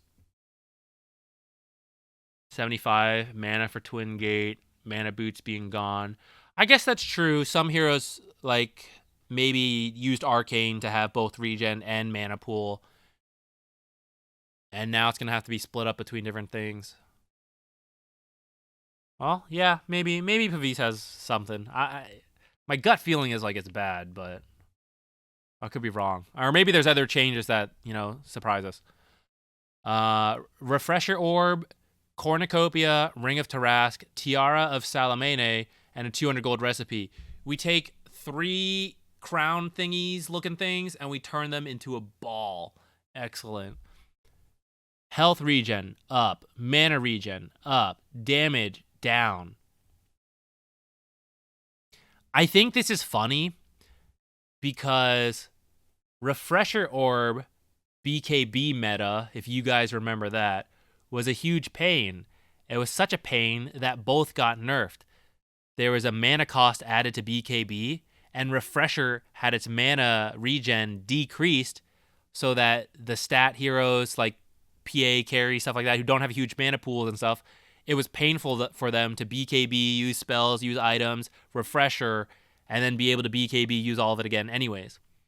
So I find it kind of funny that we're adding more mana regen back to it. It's kind of like we forgot why we took it away, and it's like, yeah, just give it back, buff the item again. I don't know. We might. I'm worried about just moving straight back to the same thing. Revenant's Brooch reworked. Sacred Relic, whoa, Voodoo Mask, and 800 gold recipe. Total cost 6,200 down to 4,900. Way cheaper now. 70 gold or 70 damage and 20 spell lifesteal. Toggle. Phantom Province. Activate to make your attacks cost 75 mana. Thank God I got a Pavis. I can afford nearly 3 attacks. And deal magical damage. Allows to hit ethereal units. I think that's much better. I think this is much better for most people. But maybe not too strong because it's 75 mana per attack. But at the same time, if you have a hero like Terrorblade, who is very heavily invested in armor, a normal carry could possibly bypass that by grabbing Revenant's Brooch. But will they be able to sustain 10 attacks at 750 mana? Maybe it's cheaper with a Kaya? Meteor Hammer? Interesting. Muerta as an item.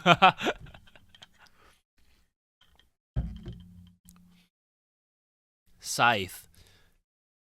Mystic Staff, Tiara, 600 gold. Cheaper, 5,200 now. Doesn't have any strength or agility, though. Nor agility. And 5 less intelligence. That's probably still a buff to it. To be able to afford this easier at an earlier state? Maybe? Shiva's Guard. Recipe changed. Ooh, the Veil! Veil is building into Shiva's. Plate Mail and 1,700 gold recipe. That is a very expensive recipe. This went from an extremely cheap recipe item to a very expensive recipe item. Total cost. This is one of the most expensive recipes, actually. What has a more expensive recipe? Refresher used to at 2,800 or something. Maybe this is the most expensive recipe now. Total cost decreased from 25 gold cheaper, whatever. 8 strength, 8 agility, and 8 health regen. Intelligence down from 30 to 8 because of the staff, the whatever, the intelligence, the mega mind intelligence item being taken out. Armor bonus is going up by 5. Arctic Blast now also causes enemies to take 15% more damage from spells for 16 seconds. Arctic Blast, mana cost decreased from 175. Does it only work around me, though? Because the nice thing about Veil is that it affects further away. Like, you can cast it at quite a range. If you can't with Shivas, like, say you're a backline support, I don't want to walk in range to Shivas them. So that might be a bit of a weird part with the, like, build-up. But Shivas also breaks barriers then, right? I assume? Because Veil broke barriers. Or Veil did a certain amount to barriers. Like 300, I think. So if Shivas also does that, that's another buff to it. Could be good for certain people. Oh my god, Tinker is going to be... Oh, shit. Oh, no. Oh, no. Oh, no.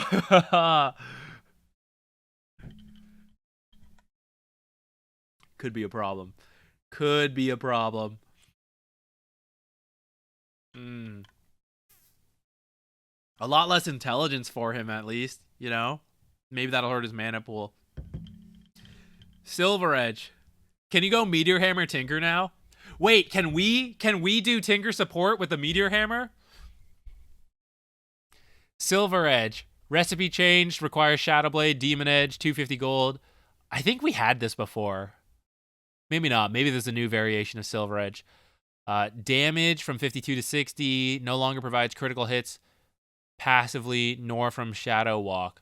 Shadow Walk bonus damage is just 125 higher now at 300, and it has a longer break. So it's more of a break item rather than critical hits plus utility and break. Solar Crest. Recipe change. Now requires Pavis, I see. Pavis, Crown, Windlace, 600 gold recipe.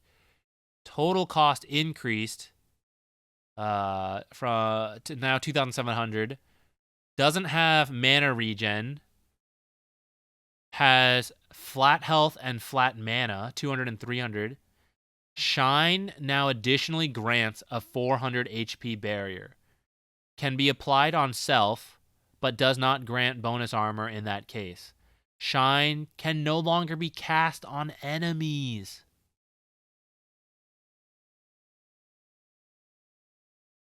This is a sad day for negative armor strats. This is a very sad day. Great day for Pavis fans, though. Pavis. Pavis. Huh. Well, it's still... This makes Solar Crest more of a anti-physical damage item then, right? The enemy has a lot of physical damage, so you buy the Pavis, you upgrade to Solar Crest, you provide armor and a barrier. Actually, it says a 400 HP barrier. Does that mean it's any damage, not just physical damage, like Pavis was? Is it now magic, physical, pure, all that? We'll have to check that later. Does attack speed work on yourself? It never did before because you couldn't do it, so I'm not sure if it will now or not.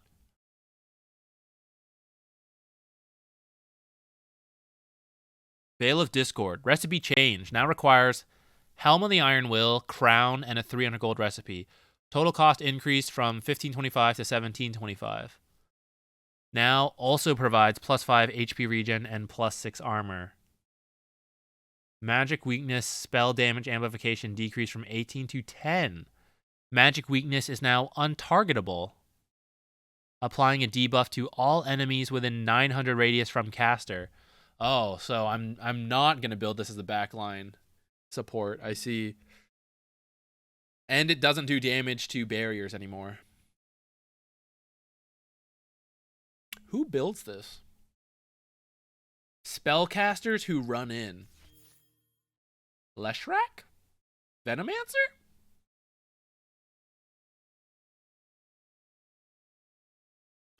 Timber? Maybe Timber? Void Spirit? Some of the Spirit Brothers, maybe?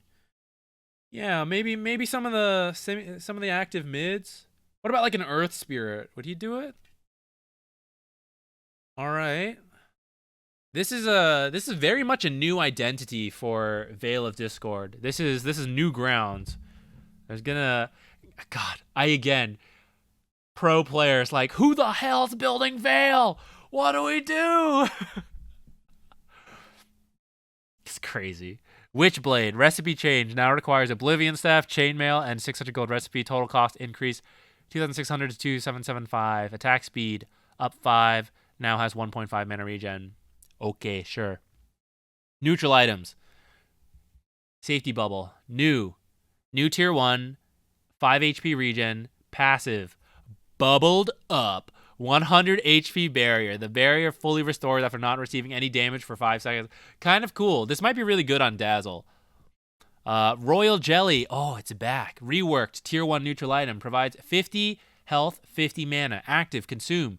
Consumes all charges of jelly and grants a target allied unit a buff that provides 2 HP regen and 1 mana regen per charge for 10 seconds. If the target has taken damage from Roshan or an enemy hero, the effect is lost. Max charge is 10, charge restore time 8, cooldown 12 seconds. This is very interesting. This is much better than the old neutral Royal Jelly, which cores immediately took for themselves. Assholes. I never saw Royal Jelly as a support. I had to steal it if I was Io, literally the best hero to take Royal Jelly on. You had to steal it from the cores, who would consume it permanently for themselves. Now it is like a slow healing wand / holy locket, which is kind of cool. This is kind of a replacement to Arcane Boots in a way. Because I was telling you guys, right, where a big value of Arcane Boots, you walk next to your core, pop it, they get the full mana, they don't have to stand next to you the whole time, they immediately go back to doing what they were doing. Royal Jelly is similar, where you like gank to them, they gank to you, and you're like, thank you, here is mana to continue playing. You don't need to stand near me the whole time. Here is, 10 charges of 1 HP or 2 HP, 1 mana. So it's 100 mana from 80 seconds of time.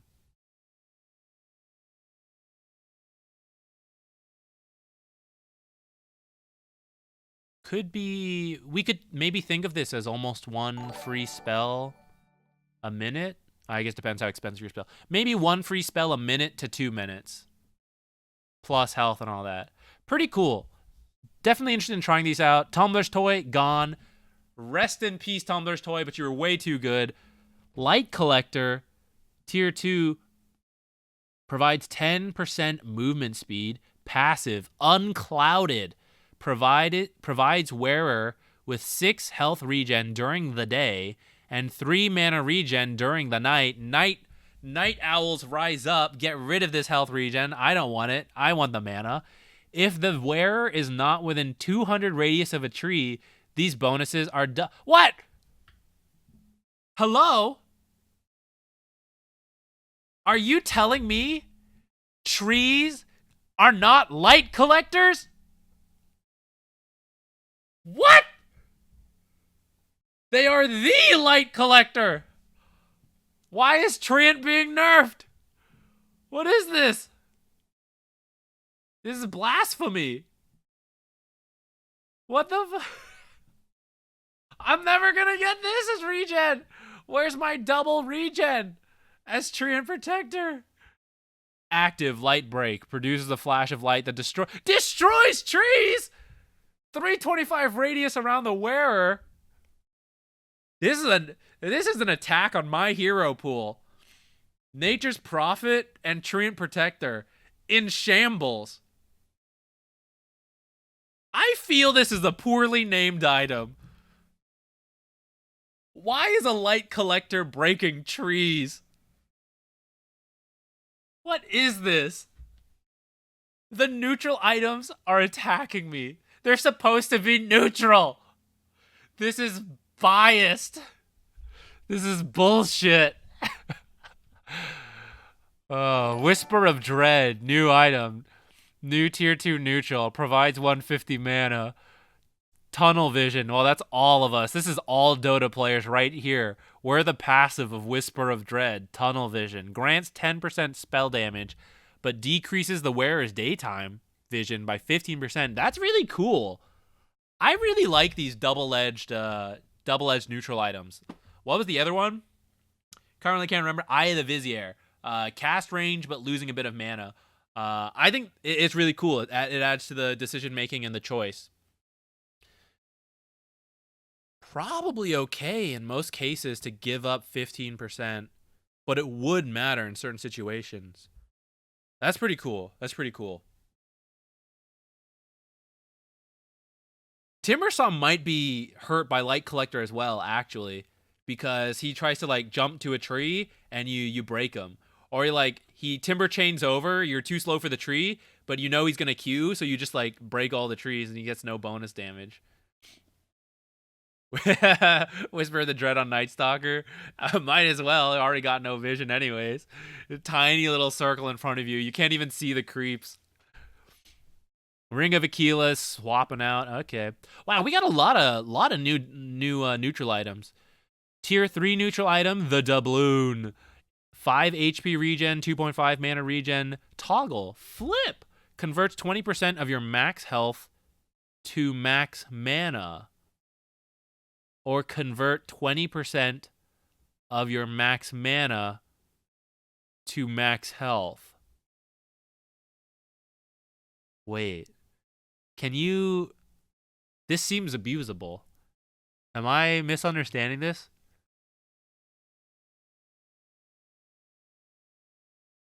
It's talking about the current amount? Like, am I literally morphling myself? Am I gaining health? Like, actual health? Nemesis Curse. I'm morphlinging myself? Dang. There's gotta be ways to abuse that somehow. Nemesis Curse. New item. Tier 3 neutral item. Provides 35 damage. Passive. Glass Cannon. That's me. The wearer takes 8% more damage from all sources. Passive. Glassify. Wearer's attacks apply a debuff on enemy targets that increase all damage taken by them by 12%. Debuff duration 5%. Only one enemy can have this debuff at the same time.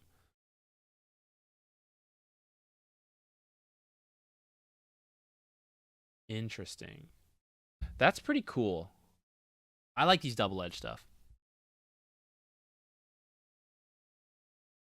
Craggy Coat, it's back. Armor bonus, 12 to 6. No longer decreases attack speed by 35%. What does it do? It toughens you up. Increases armor by an additional 12 at the cost of 30 movement speed for 8 seconds. 12-second cooldown. Interesting. Quickening Charm, out. Titan Sliver, out. That's fair. I like it. Let's mix things up. Get some new stuff in here. Ancient Guardian. New tier 4. 50 damage. Ancient Power passive. Grants additional 50 damage if the wearer is within 2,000 range from an ancient. We're talking the buildings, right? The building ancients, not the creeps. Interesting. This is like a game-ending / base defending item. Interesting. Aviana's Feather. Provides 25% evasion and 30 move speed. Zooming around. Passive. Free Bird. When below 30% health, wearer gains flying movement but not flying vision. So you can go through terrains, but you can't see through the terrains. Interesting. That's pretty fun. That seems fun. Is it good? I don't know, but it seems fun. What if Huskar takes this and he just stays below 30% health? Can you imagine being chased through the forest, through the trees, through the base by a flying Huskar? Oh no. Oh no. Or what about Tinker? Tinker just stays low health somehow, like Soul Ring or something. He's just fine. He's blinking and flying in the trees. What are we gonna do? Rattle Cage, new item, tier 4, 12 armor, passive, reverberate. After taking 180 damage from any source, the wearer fires a projectile at up to 2 random nearby enemies within 600 radius, prioritizing heroes that deal 125 physical damage and slow the target's movements and attack speed by 100% for 0.2 seconds. Okay. Yeah. We're going to ban Tinker? Yeah. Unless, let's see the Tinker changes. Maybe Tinker's a support now. Maybe we like Tinker now. A thought. Penta Edge out, Spell Prism out. Is that all the CDR? All the CDR neutrals, I think, are out. New tier 5. Unwavering Condition. 95% magic resistance. Holy shit. Passive, Unwavering. Wearer's max health is set to 1500 and can't be altered by other effects or attributes. This shit's whack. Wait, this is absolutely broken in certain matchups. But it's rare. It's rare to have that much magic damage. Unless you're in Herald and no one knows how to draft. In which case, you might literally become invincible here. That's crazy. Muerta hard countered. Yeah. Well, actually, I mean, she doesn't need to ult, right? She can just pow, like critical hit anyways, physical damage. Okay, so the future of AI Dota is here. Someone has bought Revenant's Brooch, and a bot picks up Unwavering Condition, and you literally drop Unwavering Condition on the ground. You're prayer flicking in Dota. You're bringing RuneScape to Dota. When spells hit you, you pick up Unwavering Condition. When the physical attack is coming, you drop Unwavering Condition on the ground.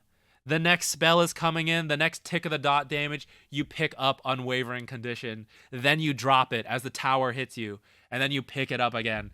This is the future. This is what the kids of now are beginning to practice right now.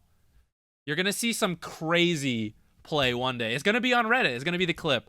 Someone is going to pick up and drop Unwavering Condition to, like, min-max shit. All right, Magic Lamp, returning item. Tier 5, Rejuvenate heal, increase from 300 to 1,000. Wow, that's quite a lot. Ex Machina, out.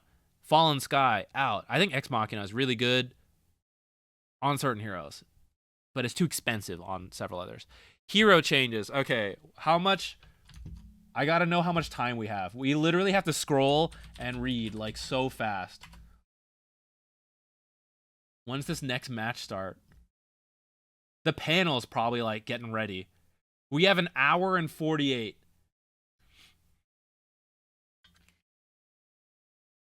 We gotta go. We gotta go fast. Abaddon, base armor, up by 1. Invincible. Abaddon with Unwavering Condition, literally unkillable.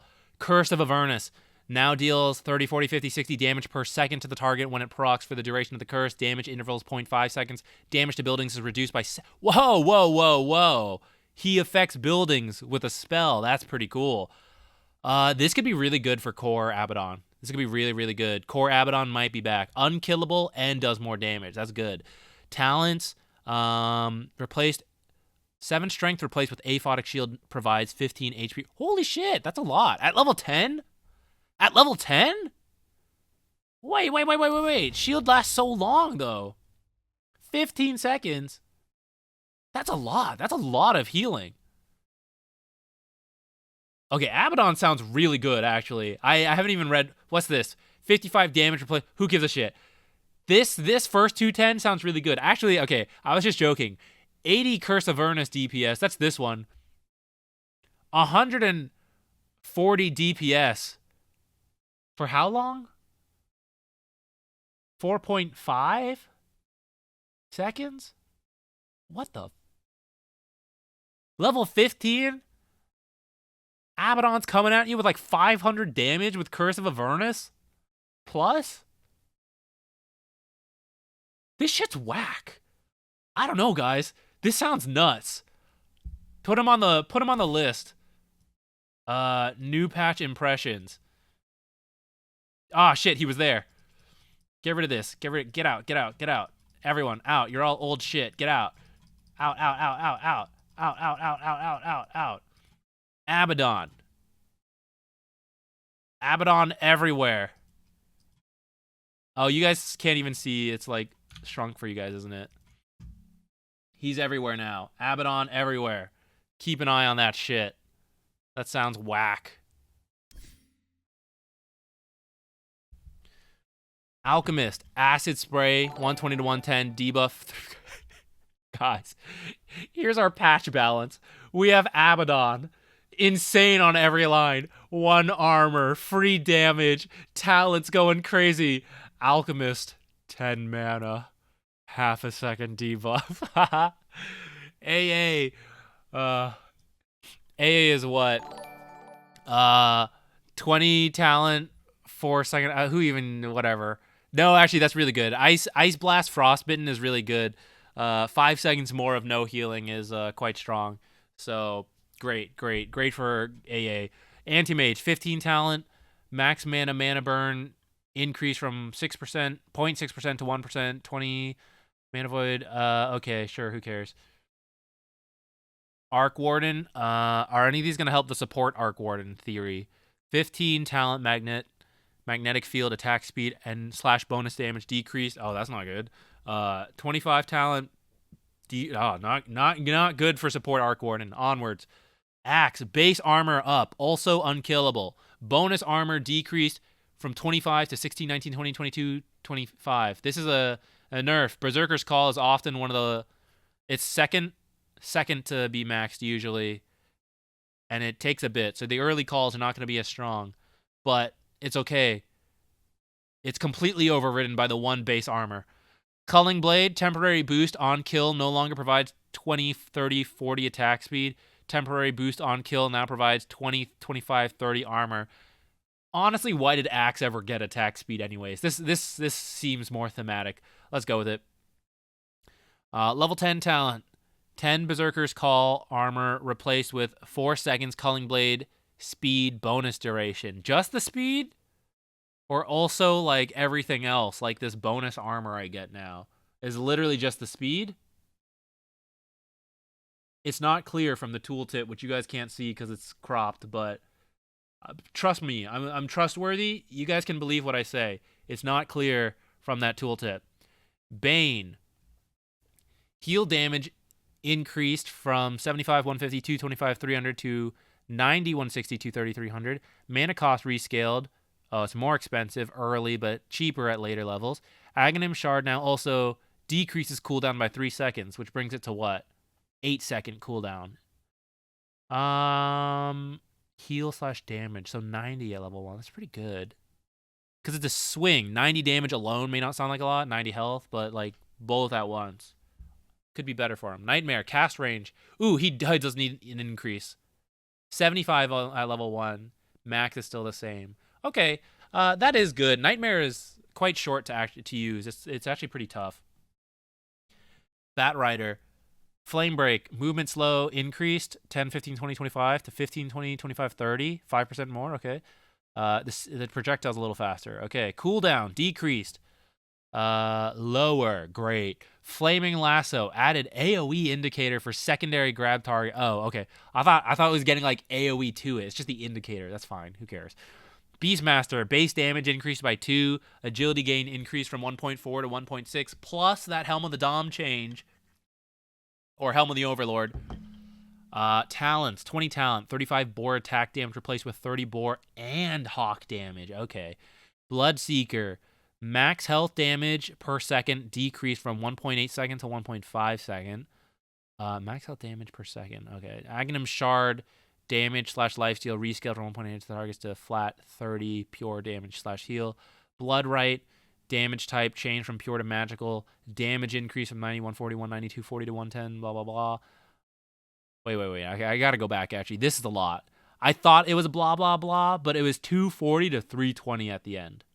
But it's pure to magic.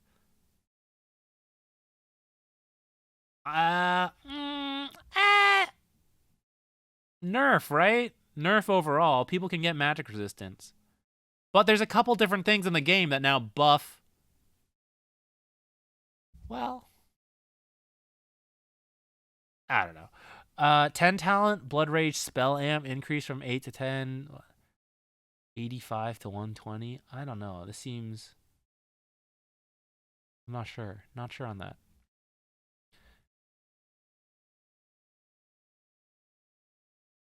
Bounty Hunter. Talent half-track bonus move speed to allies replaced with 45 track gold. Let's go. 250 track gold replaced with no cooldown on Janata. Oh. Carry Bounty Hunter online at level 25.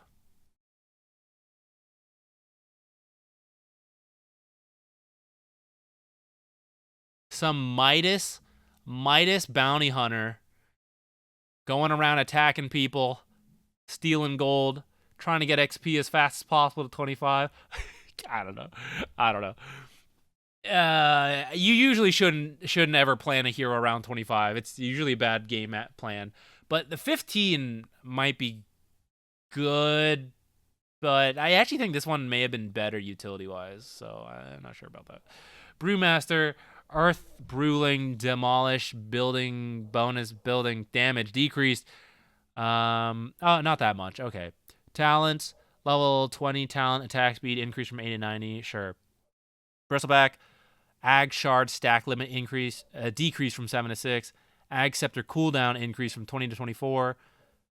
20 damage replaced with 25 attack speed. Okay. Centaur Warrunner, Hoof Stomp.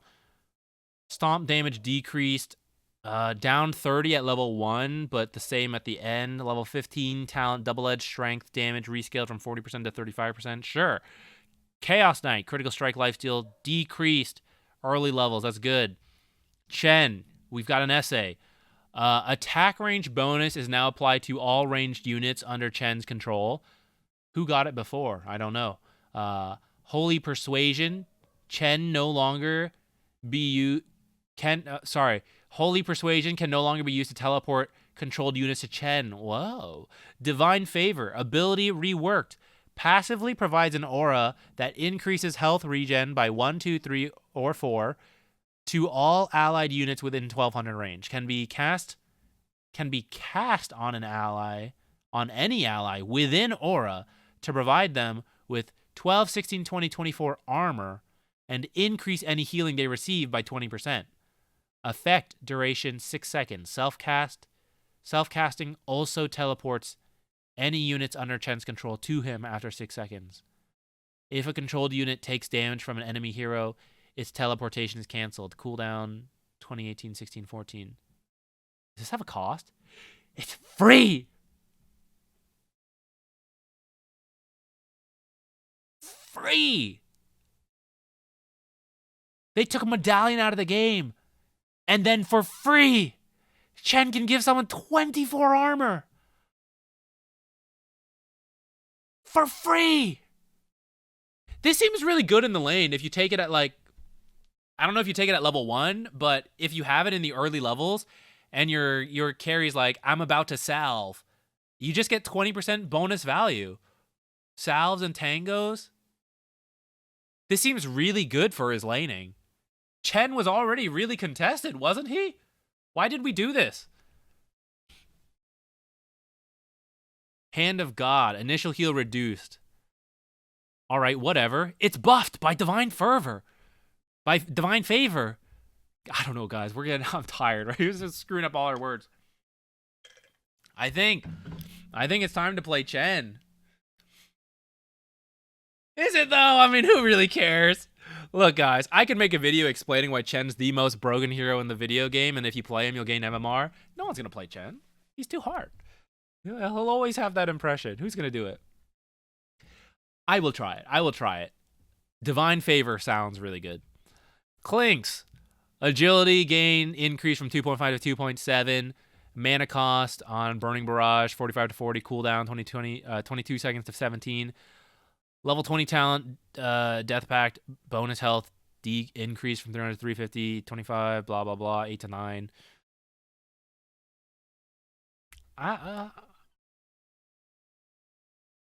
This doesn't, he doesn't even have Burning Barrage until he gets it.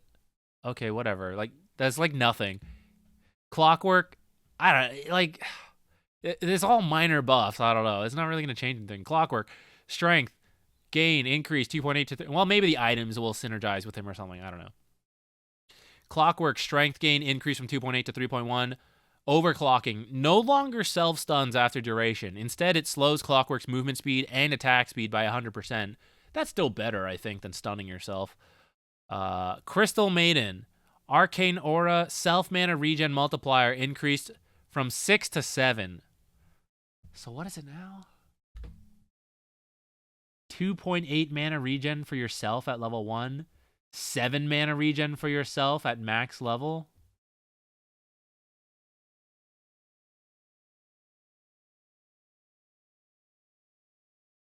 This spell gets changed every patch. Crystal Clone. Clone can now be destroyed by Crystal Maiden's own AoE spells. Crystal Nova and Freezing Field. Radius increase from 400 to 450. It's going to be even bigger when I build a Bloodstone. Talents. Level 15 talent Crystal Nova. Cooldown reduction. Increase from 3 seconds to 4 seconds. Talent Crystal Nova damage. Increase from 240 to 300. Darkseer. Ion Shell. Mana cost decrease from 100, 120, 130, 140 to 100, 110, 120, 130. Wall of Replica. The wall now deals 25, 40, 55 damage to the enemy when an illusion of them is created. Okay. This helped this lane. Dark Willow. Duration until max damage decrease from 3.5 to 3 seconds. That's nice. Talent. Level 10 talent. Cursed Crown. Stun duration increase from 0.4 to 0.5. Talent Shadow Realm duration increase from 2 to 1, or decrease from 2 seconds to 1.5 at level 20. Sure. Dawnbreaker, Fire Trail duration increase from 2.5 to scaling at different levels, 4 seconds at max level. That's pretty useful, actually. Dazzle, Poison Touch, now allows affected heroes to be denied if they... Whoa! Denying is back in the menu. Bad Juju, no longer affects item cooldowns. What am I even doing with it, then? Health cost increase per cast. Decrease. I don't care. If it's not going to affect items... Boo! Boo! Boo! What are you even going to build? That means it's to support Dazzle. What's he even going to do? Medallion? No! What's he even got now? What is the build? You're just like some healer. You're some lame-ass healer. I want to kill people! I wanna mess with people. Boo. Oh, who's that? Thank you. And they're gonna get denied. They're gonna get denied anyways. Yo, Joy K, thank you so much for gifting us up to Sour Potato. Thank you. Death Prophet, Silence. Now also slows enemy movement speed by 10, 15, 20, 25. That's pretty good for her. Talents. Level 20. I wonder if this will affect support Death Prophet. Level 20 talent Crypt Swarm applies 50% slow for 1 second, replaced with 15% silence move speed slow. So you can go up to 40% slow with silence. It's 12 seconds. It lasts for 6 seconds. Interesting. Disruptor. Thunderstrike. Aghanim Shard dormant duration increased from 5 to 7 seconds.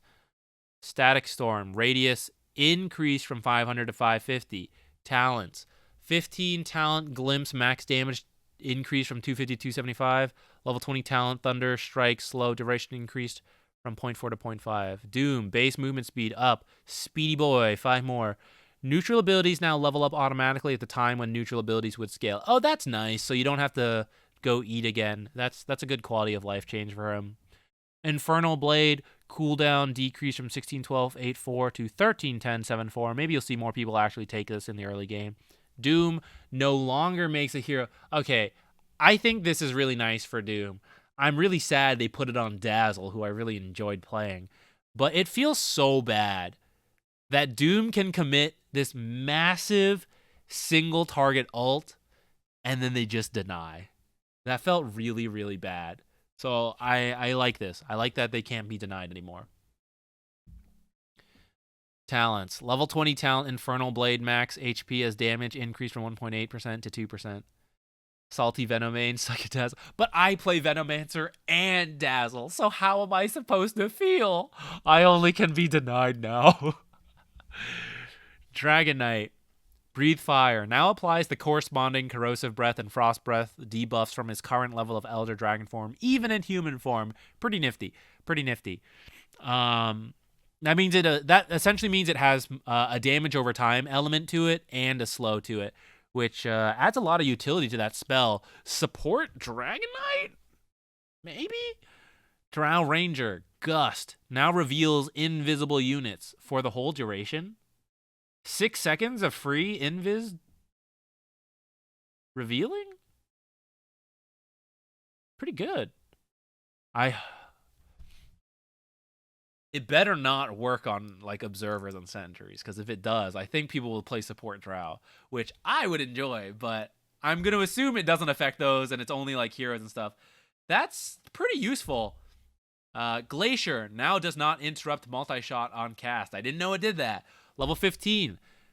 Gust reveals invis units replaced with 20% lifesteal. Whoa. We want to give that to a carry for free? Are we sure? 8-second multi-shot cooldown. Was that pop? I don't actually know what talents Drow took. Made multi-shot 10 seconds before. But I think that's okay because you actually prefer to attack. That seems really good for Drow. I don't know. As a non-Drow player, it seems good. Earthshaker Echo Slam damage increased 85, 105, 125 to 90, 110, 130. Mana cost rescaled. A little bit higher, 5 higher at level 1, but 15 cheaper at max mana. Small changes. It should be good. Nothing like crazy. Elder Titan Earth Splitter max HP as damage increased 30, 40, 50 to 34, 42, 50. Okay. Ember Spirit. Searing Chains. Unit counts increased from 2 to 3. He is a really bad hero. Considered by many to be a bad hero right now. Although I think he's still being picked at the major, actually. Sleight of Fist. Bonus hero damage increased. 15 more at max level. Flame Guard. Radius increased from 450 to 500. Okay, buffs across the board. This might be the best buff. In the sense that there were moments that you could get kills, but you got unlucky with what Searing Chains hit. So with more hits, you're more likely to hit the targets you want, which could lead to more kills for Ember Spirits, which helps him snowball and go from there. Or then he ganks a lane and he can hit 3 heroes all at once and stuff like that. Enchantress. Enchant now deals 20, 30, 40, 50 damage per second when used on enemy heroes. And this lasts for how long again?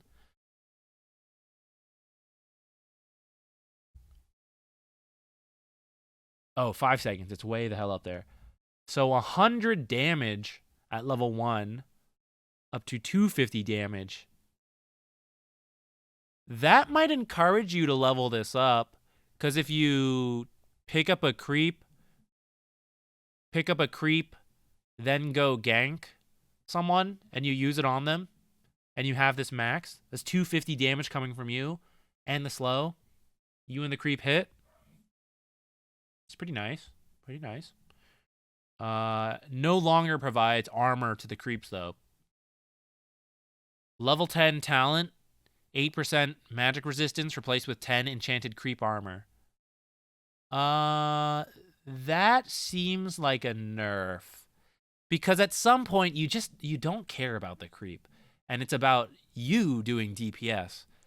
At level 10, 10 armor to the creep. That doesn't seem very good. I don't know. Enigma. Demonic summoning. Eidolon's health is increased by 4% of Enigma's current health. Ooh, that's interesting. That is interesting. You could get some very tanky Eidolons, I bet. Eidolons now preserve their commanded attack target when they split. Oh, that's a nice quality of life change. Midnight Pulse now also deals 5, 10, 15, 20 base damage. Current health as damage decreased 5, 7, 9, 11 to 4, 6, 8, 10. Radius decreased from 650 to 600. Jungle Enigma? No, I hope not. Oh, God. No. Please, no. Play the lanes, Enigma. I mean, Enigma can do more jungling than most other heroes can, but you need someone who can like be on their own. Faceless Void, strength gain 2.4 to 2.6. We're in Fs. How many hours? Hour and 26 minutes. Go. We can do this. Ah, shit. Not if we do stuff like that. Grimstroke. Oh, wait, no. Faceless Void, 2.4 to 2.6 strength gain. Level 10 talent, time dilation, DPS per cooldown. Increase from 6 to 7. 15 talent. 10 to 12. Okay, whatever. Small buffs. Grimstroke, probably nerfed. Aghanim Shard damage and heal. Man, I just made this guide. Nerfed. Soulbind, cooldown, nerfed.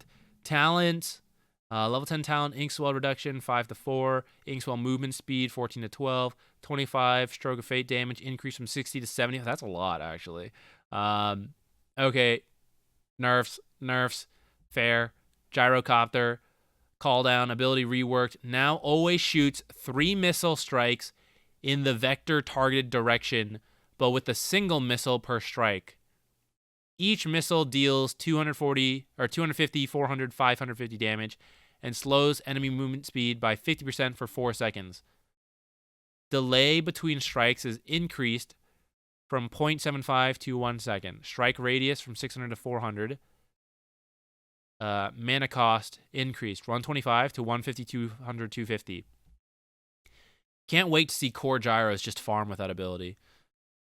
Seems more useful in team fights, I think. Oftentimes you didn't hit both missiles anyways, so I think that might be better. 25 talent from the 3 times cooldown replaced with minus 30 seconds on cooldown and the global range. That's pretty nice. That's a pretty nice talent. Although most carry gyros will probably want 5-second flat cannon cooldown anyways. But maybe the support gyro, the mid gyro who's going magic damage with his like divine rapier buffing up the spell amp and his Kaya meteor hammer. Maybe. This ultimate change seems good for him though, and there were already some changes that we thought might be good for gyro, so I think he's worth keeping an eye on. Hoodwink, bonus damage increased just a little bit on Acorn Shot. Sure. Bushwhack, damage up a lot, actually. 60 at max level. That seems good. Hoodwink, another hero who scales off of spell damage and attack damage. But I don't remember which items all did that. So maybe support Hoodwink, core Hoodwink, who knows? Invoker, base damage decreased by 1, strength gain increased by 0.2. Tether, 10, 20, 30, 40 damage per second to enemies caught in the tether. Oh, I like that a lot. I might play more IO. Jakiro. Wait. Does this also full damage to creeps? Core IO with the Helm of the Overlord might actually... Maybe you don't have to go full Helm of the Overlord. You go Dominator, Ags, something. I don't know. But your farming speed goes up a lot now. Not only do you have the creep, but you have the DPS from Tether. Interesting. Jakiro, Dual Breath. Start radius decreased from 225 to 150. So it's a much more angular cone. Movement slow, slightly nerfed. Attack slow, slightly nerfed. 10 talent. Damn it. This used to be like 300 or something on the attack range. They keep bringing it down. All right. It's not a huge deal. You can still play Jakira if you like him. It's fine. Juggernaut, Blade Fury. Damage tick rate rescaled from a permanent 0.2 seconds to Juggernaut's attack rate at current attack speed multiplied by 2. Damage rescaled from 90, 115, 140, 165 per second to 35, 40, 45, 50 damage per tick. Aghanim Shard reworked now increases Blade Fury radius by 100 and slows enemy movement speed by 35%. This makes it a lot better to Blade Fury in fights, I think. But I need to actually... We need to do a lot of math. A lot of math to figure out what exactly this translates to. No, actually, I don't know if it is better to use it in fights, because actually it's flat damage. It's not scaling off as attack damage, just as attack speed. Huh. Level 10 talent plus 100 Blade Fury radius replaced with 150 Healing Ward radius. Support Juggernaut! Level 10 talent plus 5 all stats replaced with plus 10 Blade Dance crit damage. 100 DPS on Blade Fury replaced with 30 movement speed during Blade Fury. Keeper of the Light. Will-O-Wisp. Ignis Fatuus now also deals 75 damage per flicker. Recall now also casts Chakra Magic on both Keeper and the ally upon teleporting. That's a pretty nice change. Talent. Level 10 talent. Blinding Light Miss increase from 30 to 40. 20 talent. Chakra Magic Dispels replaced with 1.5 Solar Bind. Stun. One target is fully slowed. Pretty nice. Level 25 talent. Illuminate damage. Increase from 180 to 200. 1.2 Blinding Light Stun replaced with Chakra Magic. Strong Dispels. Whoa. Seems pretty good. But those are some late game changes.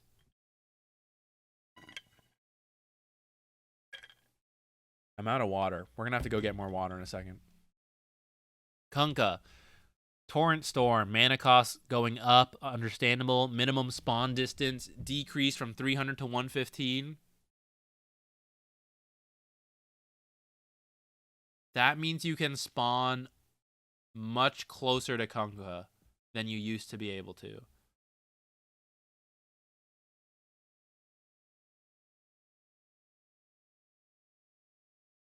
I'm not sure how that'll actually play out, if it's a buff or a nerf. I'm not going to think too hard on it because we don't have time for that. I'm going to keep going. Level 20 talent, 65 Torrent AoE replaced with -4 Torrent cooldown, which brings it to what? A 6-second cooldown. That's quite low. But not as good as the AoE, because the AoE also affected Torrent Storm. So this talent change is a big nerf, I feel. Legion Commander, Overwhelming Odds. Aghanim Shard no longer provides bonus armor or duration. Aghanim Shard now increases Overwhelming Odds AoE by 250 when cast during a duel. Oh, only during a duel. Duel. Aghanim Shard now provides +8 damage per duel 1. Applies retroactively. Oh, that's quite nice, actually. Might be better. Talent. Level 10 talent, +8 duel damage, replaced with plus 8% press the attack movement speed. Leshrac, Diabolic Edict, damage increase from 7, 14, 21, 28 to 9, 16, 23, 30. More damage. Great. Lightning Storm. Also slows attack speed by 50. That's pretty good for his laning. Like, even just 1 point in this allows him to trade a lot better with people. And then, of course, in like team fights and stuff, you're affecting a whole bunch of heroes with 50 attack speed slow. That's pretty nice. Along with some of the spell the item changes we saw, I think this could be a good Leshrac patch. But maybe he's good enough that we can be support Leshrac. That's fun for us. Mid Leshracs, I just get run over. I don't enjoy the experience. But support Leshrac by us, that could be fun. Lich, mana drain per second increased from 10 to 12. Ice Spire, movement slow decreased 30 to 25. Level 10 talent, Frost Blast, radius and damage decreased 150 to 125. Life Stealer, rage, movement speed, bonus decreased a little bit. Early levels, actually a lot. 15 to 9 is actually quite a lot, but by the end it's the same. But Life Stealers often leave this at a level 1 value point for quite a while, so it'll hurt for a bit. Lina, another hero we think might be benefiting from a lot of these item changes. Level 20 talent plus 11% spell amp replaced with 5 Laguna Blade supercharge stacks. Level 25 talent Laguna Blade damage is pure replaced with 150% crit on targets affected by Dragon Slave. Only affects Lina's attacks, of course. Interesting. I think that's good for late game Lina, but a nerf to the current like nuking assassination build where you blink, stun, Eblade, ult, delete people.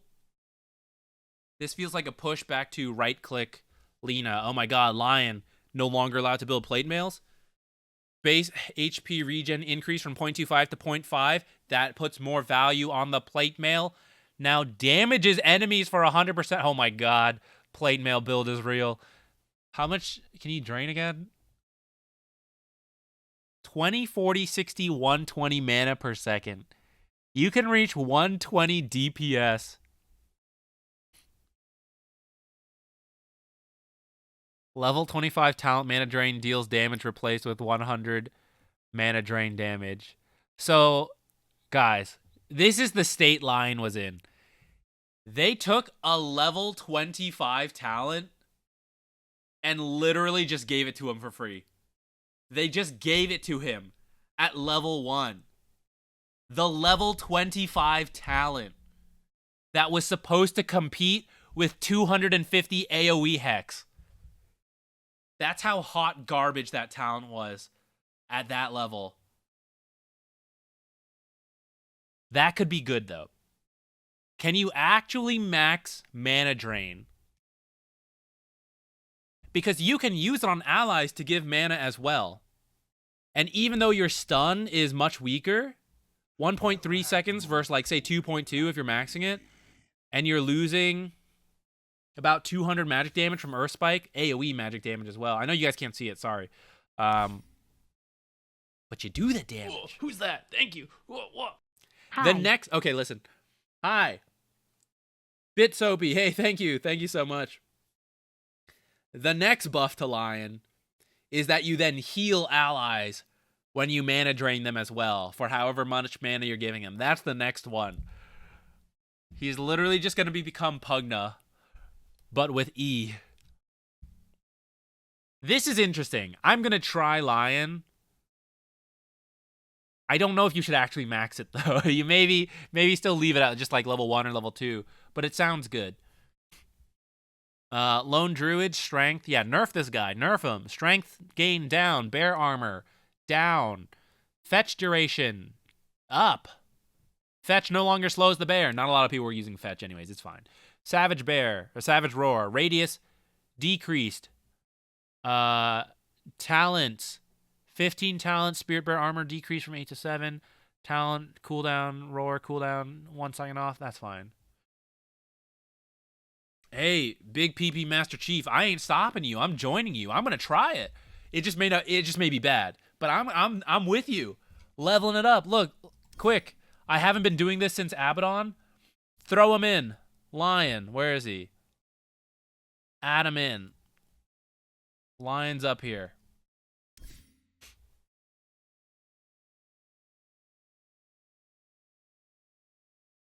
Maybe instead of 12 iron branches, Lone Druid will actually put things on the bear, like a ring of protection now.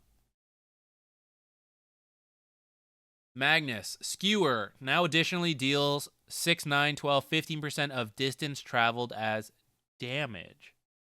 Damage decreased a little bit. Oh, a lot of it at max level, actually.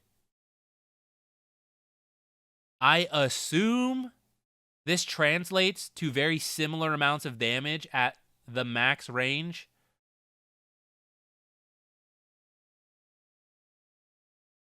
But it hurts you if you want to do a short range skewer. 15 talent, all stats per hero hit with reverse polarity increase from 8 to 10. I didn't even know he had that talent, actually. No wonder why. Everyone's probably taking skewer.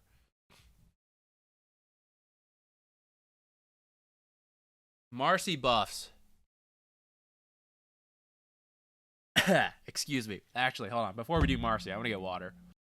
Impact damage rescaled from 75, 150, 225 to 300 to 70, 150. A little bit higher damage at max level. Unleash cooldown decreased. 10 less at level 1. 15 talent. Dispose damage. This is not as exciting as I was hoping, actually. I mean, they're buffs. I guess it's fine. Maybe that level 1 ult is enough. And maybe I still need to, like, piece together the items plus Marcy. Like, maybe Marcy's a good Orb of Corrosion builder. Maybe that could be a thing. I don't even know. Yeah, she might benefit from some of these item changes. But these buffs themselves are, like, nice, but maybe not as much as I was kind of hoping for. Mars. Backswing decrease from 1.0. What a bizarre amount of backswing time. Oh, that's because it's backswing, actually. That makes sense. To 0.15. No longer toggles off Bulwark if cast while Bulwark is active. I didn't know it did that. God's Rebuke. Critical damage increased from 150, 190, 230, 270% to 150, 200, 250, 300%. So 30% more crit damage at max level. Bulwark. Active now grants Mars phased movement. Active projectile redirection now also protects allies that are up to 200 range in front of Mars. Arena of Blood. Formation time increased from 0.3 to 0.1. Or sorry, decreased from 0.3. Okay, so buffs across the board for Mars, who actually is seeing a little bit of play because HTF is in the major. So he's being played by some of the best specialists, and now he's even better. So, all right. Medusa. Agility gain up by 0.2. Split shot, outgoing damage increased. What is it? 5% at every level. Talents, level 10, Stone Gaze, bonus physical damage increased 3%. Wow. Level 20, talent, Mystic Snake bounces increased from 2 to 3. Okay. Meepo, poof! Damage type changed from pure to magic. Damage increased from 40, 60, 80, 100 to 60, 90, 120, 150. Math-wise, maybe a nerf to hero killing, but a buff to farming creeps, I think.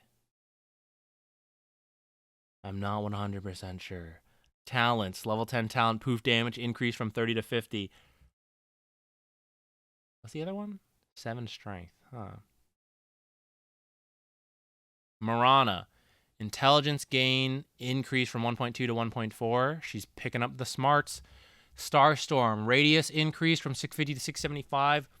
Leap Shard. Now guarantees a secondary Starstorm strike on all enemies affected by the slow if Starstorm is cast. This might finally be useful. So that's a lot of extra damage with the shard. A lot of AoE damage. Level 20 talent. Plus 45 damage replaced with 20% critical strike. Happy almost holidays. Hey, Pashmak, thank you. Indeed. It is Frostivus today. Happy holidays coming up. Real world holidays coming up soon. Thank you so much. We added 32 bits to Pashmax Cheer. Bonus bits unlocked. We added 16 more bits. Thanks, Twitch. I didn't know that was a thing. Nifty. Nice. What the hell is Frostivus? It's the Dota Christmas holiday.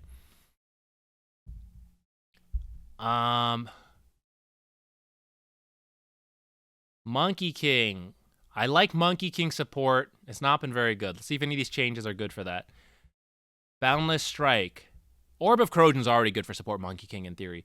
Boundless Strike. Mana cost, cheaper, good. Aghanim Shard Primal Spring effect power from 50% to 60% of max channeling duration. I believe that was supposed to go down one. Tree Dance. Distance decreased from 1,000 to 800, so that's a nerf. Cooldown decrease, though, from 1.45, blah, blah, blah, blah, blah. 0.05 for... okay, look, this is lower. I'm not going to read through all these changes because it's scaling per level. The distance is shorter, but you can use it at a faster cooldown, which I think is actually good for him. Because the most critical times you need Tree Dance are when you're running away from the enemy and you got to hop from like tree to tree to tree versus like casually making your way to a gank. I think it'll work out in his favor. Wukong's command cooldown decreased from 110, 95, 80 to 190, 80. And the cast range is increased by 75. Talents. Level 10 talent, Mischief Immunity, changing to plus 75 Primal Spring max damage. Level 25 talent, additional Wukong's command ring now also increases cast range by 350. Okay, that's pretty useful so that you can position it better. That's pretty nice. I was gonna say Tree Dance's max damage is 350, going up to 425 with this level 10 talent. That's really good for farming. Even if you don't take like some farming tool. You could just use Primal Dance or Primal Spring, whatever, Tree Dance into the Primal Spring for a lot of AoE farming. That could be quite good. Any chance this makes mid monkey with stats build good? Potentially. I have to like go back and look at all the items to see how they fit together. Muerta, Gunslinger is now toggleable and no longer prioritizes heroes. Interesting. Why would you want to toggle it off? What would the benefit of that be? You don't want to push faster. In the lane, for example, you only want to get last hits, and you don't want it to randomly proc and then lower another creep and you miss the last hit. Right? Early laning. Blade mail targets. Oh, that's a really good point. Pierce the Veil. Bonus attack damage decreased. 20 at max level. Naga Siren. Strength gain decreased a little bit. Level 10 Riptide damage decreased a little bit. Nature's Prophet. Losing 0.2 agility gain and losing 0.75 base mana regen. That's pretty sad. I'll probably still play him. I like him a lot. Nerfs to the hero, but maybe one of the new item builds could be good once we go back and look through it all. Medallion is out of the picture, rip, but maybe something else in there is good. So Necrophos. Okay, here's the play, right? Orb of Venom and Orb of Corrosion, usually pretty bad on ranged heroes, but now that it's got regen reduction, right? And some people skip quelling because they're like, oh, I can tango the trees, right? Orb of Corrosion, Nature's Prophet. You sprout them. They try to tango through, boom. Say goodbye to 20% of that tango, idiot. I think it'll catch on. Necrophos, Death Pulse. Mana cost increased from 100, 120, 140, 160 to 115. Much more expensive at level 1. Heartstopper Aura. Scepter, health regen to DK, decrease from 55 to 50%. Level 20 talent, regen reduction, decrease from 30 to 25. Okay. Night Stalker, base mana regen. Ooh, that's always good. 0 to 0.25. Nice. Void, mana cost decrease. Oh, decrease to mana cost 5 at max level. Okay, nothing that crazy, but mana cost decrease plus mana regen, that's good for him. Hunter in the Night, Ag Shard max health restore decreased. Talent, 15 talent dark dissension damage, 35 to 30. Quick check-in, how are we doing on time on the tournament? We have 1 hour. Quick, 1 hour. N to Z. We can do it. Nyx, Burrow. No longer requires Nyx Assassin to face a direction when casting spells. I didn't know it did. I guess that's a slight buff. I guess he's been turning underneath the stuff. Yeah, I was trying to like, I don't know. I was looking at this scaling on the mana. I was like, how did it start at 90? I didn't realize Void. Is this a typo? Like, why was level 3 and level 4 both 110 mana in the past? Is this supposed to be 120? And then it's a 15 mana save, which is much more significant than a 5 mana save? Like, I couldn't piece together this math, and I'm glad you pointed out, like, that's some weird mana scaling, because it made me look back and realize, like, 110 twice. I think if it's a typo, it makes more sense, yeah. Nyx, 75 Vendetta damage.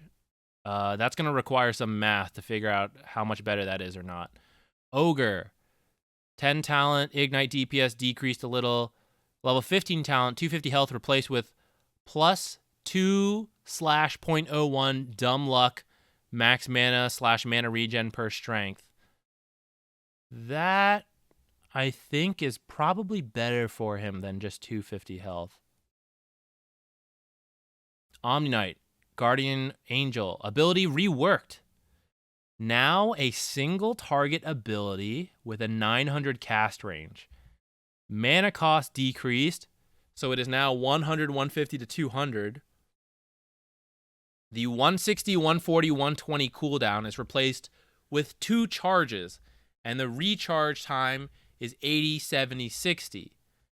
Aghanim Scepter reworked, now grants an additional charge, increased cast range to global, and always casts Guardian Angel on Omni-Knight as well as the targets. Level 15 talent, minus 30 Guardian Angel cooldown replaced with minus 15 Guardian Angel charge restore time. This is an iconic spell going away, but it might be good for him. Because now you could potentially Guardian Angel a hero. They get dispelled with like Disperser, and then you reapply it right away. Still hard countered by Nullifier. But when Nullifier ends, you could then put another charge of Guardian Angel, which in the past you would not have been able to do. And honestly, you don't often need all 5 heroes to be affected by Guardian Angel. There's usually 1 or 2 critical heroes. So might be better for him this way. Oracle, Purifying Flames. Oh, here's another example, right? Oracle Q cancels 1, throw it on again. Purifying Flames, cast point improved from 0.15 to 0.10. Another reason this is nice, actually, sorry to go back to it, and I will probably try him out because I'm interested in this change. Say you're sieging high ground. Where the hell am I trying to go? Say you're sieging high ground and your core goes up. You can Omni-ult him when needed. He backs off, and then you just you repeat. And you have it again. You don't have to give up just because your ult is you used 1 charge. Could be pretty good. Oracle, cast point improved. False Promise cast range is nerfed a bit.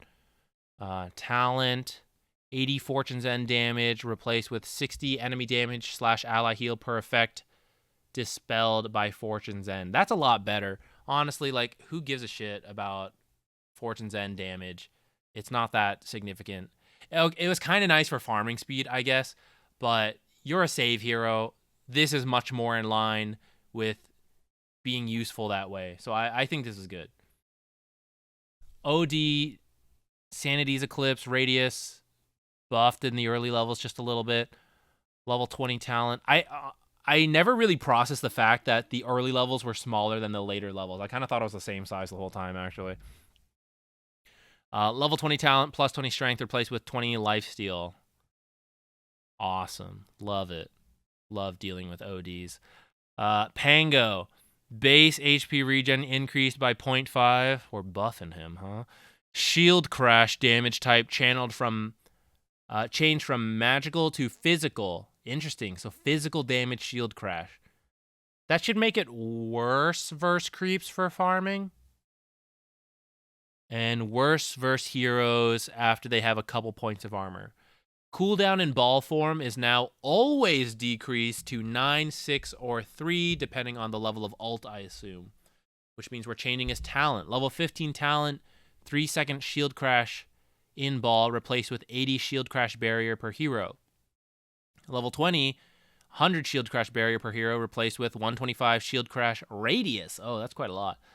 Okay. So more interesting shield crash.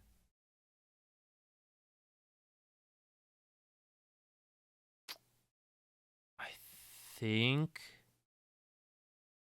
this is supposed to be a buff. Supposed to be a buff, right? He always gets this talent. That's good. He can take the other talent now if he wants, which is what? 3 seconds of Rolling Thunder duration? I think it's good.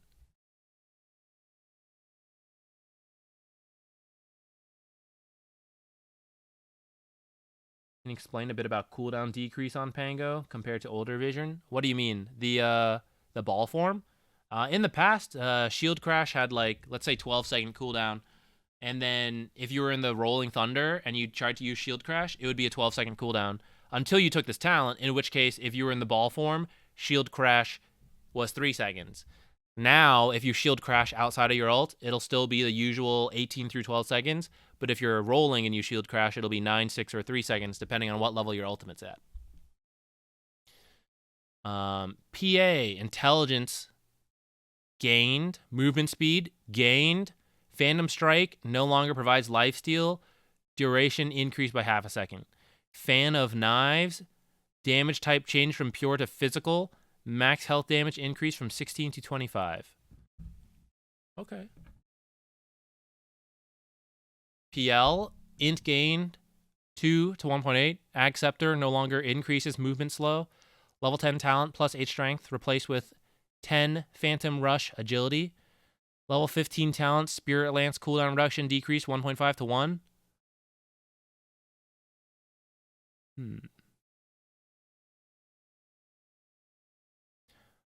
I am most interested in how this 10 talent will play out. Of, like, how good it is. And I'm not sure because I don't play that much PL. But getting 10 extra agility every time you Phantom Rush really speeds up farm and is useful in fights and stuff. It seems pretty good, even though the Ags is nerfed, the Intelligence is getting nerfed. Dropping from, like, going down an integer is usually quite painful for heroes because of the way this stuff works. So 2 to 1.8 is painful, but yeah, that 10 agility sounds good. Looks like some of you are also agreeing. Phoenix, Fire Spirit's projectile speed increased from 900 to 1,000. Am I crazy? Didn't they just nerf it down? And now they're bringing it back? Or maybe I'm nuts. Sunray, Shard movement speed slow, decreased a little bit. Talents, Spell Amp, 6% Spell Amp, replaced with 20 Icarus Dive damage per second. Okay. Primal Beast, Rock Throw, max travel time, increased from 1.7 to 1.5. Fragment flight distance decreased from 600 to 520. Oh, when it lands and it does the 3 behind it. Fragment flight time decreased. It's getting a shorter flight time. Oh, and it's a bigger stun. Okay, so Shard buffed. Puck. Illusory Orb. Cooldown decreased from 12, 11, 10, 9 to 11, 10, 9, 8. Talents. Level 10 talent waning rift silence duration increased from 0.75 to 1.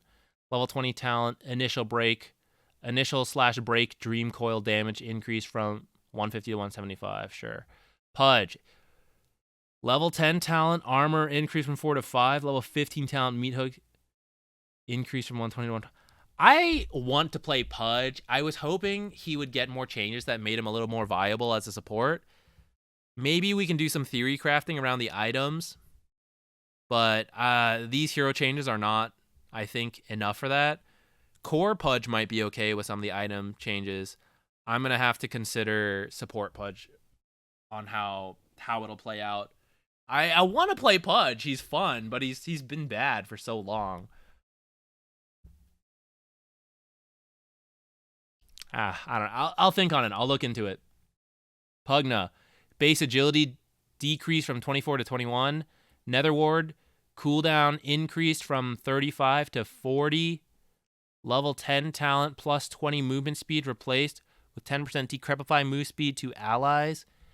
Queen of Pain. Shadow Strike. Aghanim Scepter radius decreased from 400 to 375. Scream of Pain, mana cost rescaled from 100, 110, 120, 130 to 120. Talents, man, we're going through a lot here. 10 talent, 8 strength, changing to 10 Shadow Strike heal per tick. When you only have one Shadow Strike, not that great. But if you pick up the Ags, this could be mass healing coming in per tick. 10 talent damage from 15 to 20. 20 as a talent is a lot. 20 talent Sonic Wave cooldown reduction increased from 40 to 45. 25 Sonic Wave damage increased from 200 to 250. Think this is good for Queen of Pain in general. The early level nerf to Scream of Pain mana cost could be painful, but you'll get through the laning stage, and for the rest of the game, it is 10 mana cheaper, this is a low cooldown spell you cast a lot, so I think that'll be good overall. Razor, Static Link, damage drain rate. ESL started. We gotta go faster. Damage drain rate decreased 7, 12, 17, 22 to 5, 10, 15, 20. Link duration 5, 6, 7, 8 to 10. Ooh, flat 10 seconds at all time, which means the max is what? 200 damage stolen, and then any talent stuff. Damage rescaled on Storm Surge. Okay. Movement slow. Buffed. Yes. Level 10 talent. Spell lifesteal. 14 strength replaced with static link steals 1 armor per second. Razor is a hero I forgot about that does a mix of spell damage and right click. He might also be quite scary coming up here. Queen of Pain position 4 with Arcane Boots. What about the Veil, maybe? I will consider it. I like Queen of Pain. I've been looking for an excuse to play her as a support. Maybe some of that could work. Ricky, Tricks of the Trade. Cheaper at the early levels, quite a bit more expensive later on. 75 from 55 for a stupid agility hero. He doesn't got the brains for this kind of mana cost. Rubik, intelligence gain, increase. Here's a brainy hero. Here's a guy who can go through the twin gates. Telekinesis, cooldown decreased. What is this? Wow, 15 seconds. Really? Aghanim Shard throw distance. I don't give a shit about that. 7 seconds less? That's huge. And spell steal? The projectile's going to move faster, so you get the spell a lot faster? Talents? 240 telekinesis land distance replaced with -4 Oh my goodness. I am going down to like an 11-second lift at level 20. I know before it's like 10 seconds at 25, but that was 25. And you all know I want the spell amp damage anyways. Rubik buffs. Let's go. Sand King. Base int. Decreased. He can't go through the Twin Gate anymore. Burrow Strike. Damage rescaled. What is... The scaling changed from 80, 130, 200, 260. From the most bizarre scaling numbers to a more sensical scaling numbers. That is mostly the same. It's a slight buff at level 2. That's very strange. I didn't realize it had such weird scaling. Caustic Finale, base damage decreased. Okay, I'm kind of glad about that. I fed in lane to a Sand King a couple times. I didn't realize Caustic Finale is such a big AoE. It got me a couple times. Explode radius 500. I didn't realize that. I don't know if that got changed recently and I just didn't realize. Level 10 talent, Sandstorm damage per second decreased 20 to 15. I think that's okay. I think this is maybe painful for him. 20 damage per Caustic Finale burst. Yeah, just mostly nerfs. I mean, this one's technically a buff, but the rest is all nerfs, so. Shadow Demon. Disruption. Illusion damage decreased. Quite a lot. Illusions now also have 40, 50, 60, 70% bonus base damage. Decreased by outgoing damage reduction.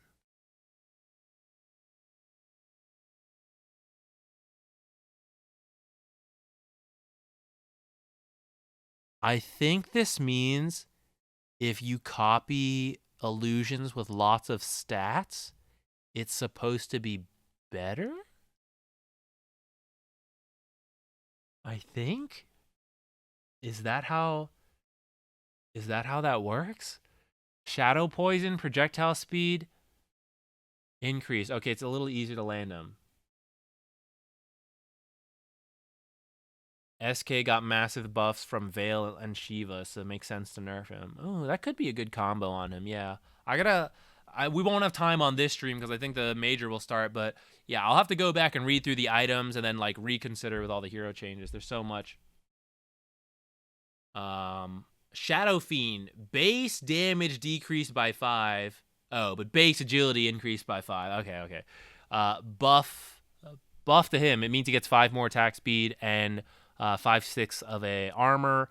And when he buys, what is it, Butterfly? You know, a little bit of extra value there. Woo! So I think that's good for him. Shadow Shaman, base armor increased by 1. Shackles, Aghanim Shard, Serpent Ward's duration decreased by 1 second. Level 10 talent, 2-second hex changed to 10 hex damage amp. So that goes up to what then? 35% damage amp when you hex someone at max level. Base armor's really good for a short range hero like Shadow Shaman. I might try him again more. I like Shadow Shaman, but I didn't think he was that amazing. But now he's a little tankier. Again, we'll have to go through all the items and like consider where everything falls, the neutral items, all that. But hopefully. Silencer, Glaives of Wisdom now deals magic damage that doesn't pierce debuff immunity. This makes his damage affect debuff immune enemies, but it will be reduced by their magic resistance.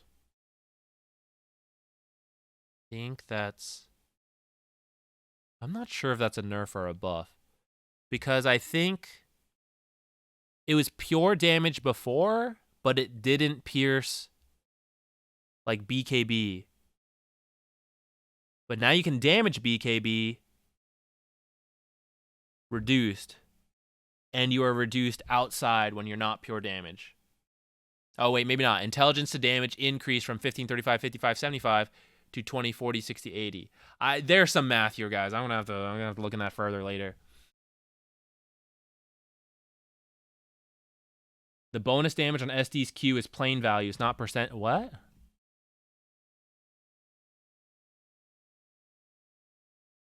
Oh. Oh, I see. The illusions just get a flat 70 extra base damage, which is then reduced a little bit. Oh, also, I totally misread this. Wait, illusion damage in...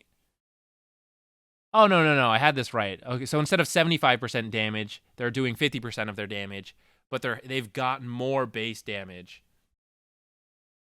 Okay, I think that is good, but I, again, will need some math. I'll need math to do that, and we can't math right now. Slardar, Slithering Crush, radius decreased from 350 to 325. 20 talent, Slithering Crush damage decreased. Talent, Slithering Crush cooldown decreased. Okay. Bash max, maybe? I don't know. This is still pretty good. Probably still max it. I don't know. Slark. Strength gain increased from 1.9 to 2.1. Intelligence gain from 1.7 to 1.9. This is pretty good. 2.1 means he'll get a point in strength sooner. In fact, as soon as he levels up. When he levels up first, it used to be 1 strength. Now he'll have 2 strength. And he'll have that 1 extra strength for quite a while. That could help him for his early lane, getting kills and stuff. Does Butterfly buff make it a core item on every agility hero every game? I'm not sure. It seems to be good, but they also added in a bunch of different items that could also be quite powerful. So I'm not sure how it compares to those new items. And I don't know. It's really hard to theory craft a completely new item. So I think we're just going to have to see it. I might be able to answer that a little better after we see the major tonight and play some games tomorrow. All of that. Level 15 talent, Shadow Dam to regen, buffed a bit. Okay, Snapfire. Ooh, she's been out of the meta for a bit. Damage on Little Shredder going up? No. Oh, yes, up. Sorry. I really am getting tired. 5 extra damage at all levels. Okay, nothing crazy, but it is 6 shots, so it's like 30 extra damage per level, and that's actually like not too bad. Mortimer Kiss. Impact damage increased a little bit. 20 extra damage at level 1, and looks like 40 extra damage by the end. Okay, some buffs to Snapfire. 30 damage. When Snapfire first came out, you could straight up max Little Shredder, and it was insane damage. And I'm just like doing some mental math here. Like if we ever reach that point again where you just spam out Little Shredder on someone.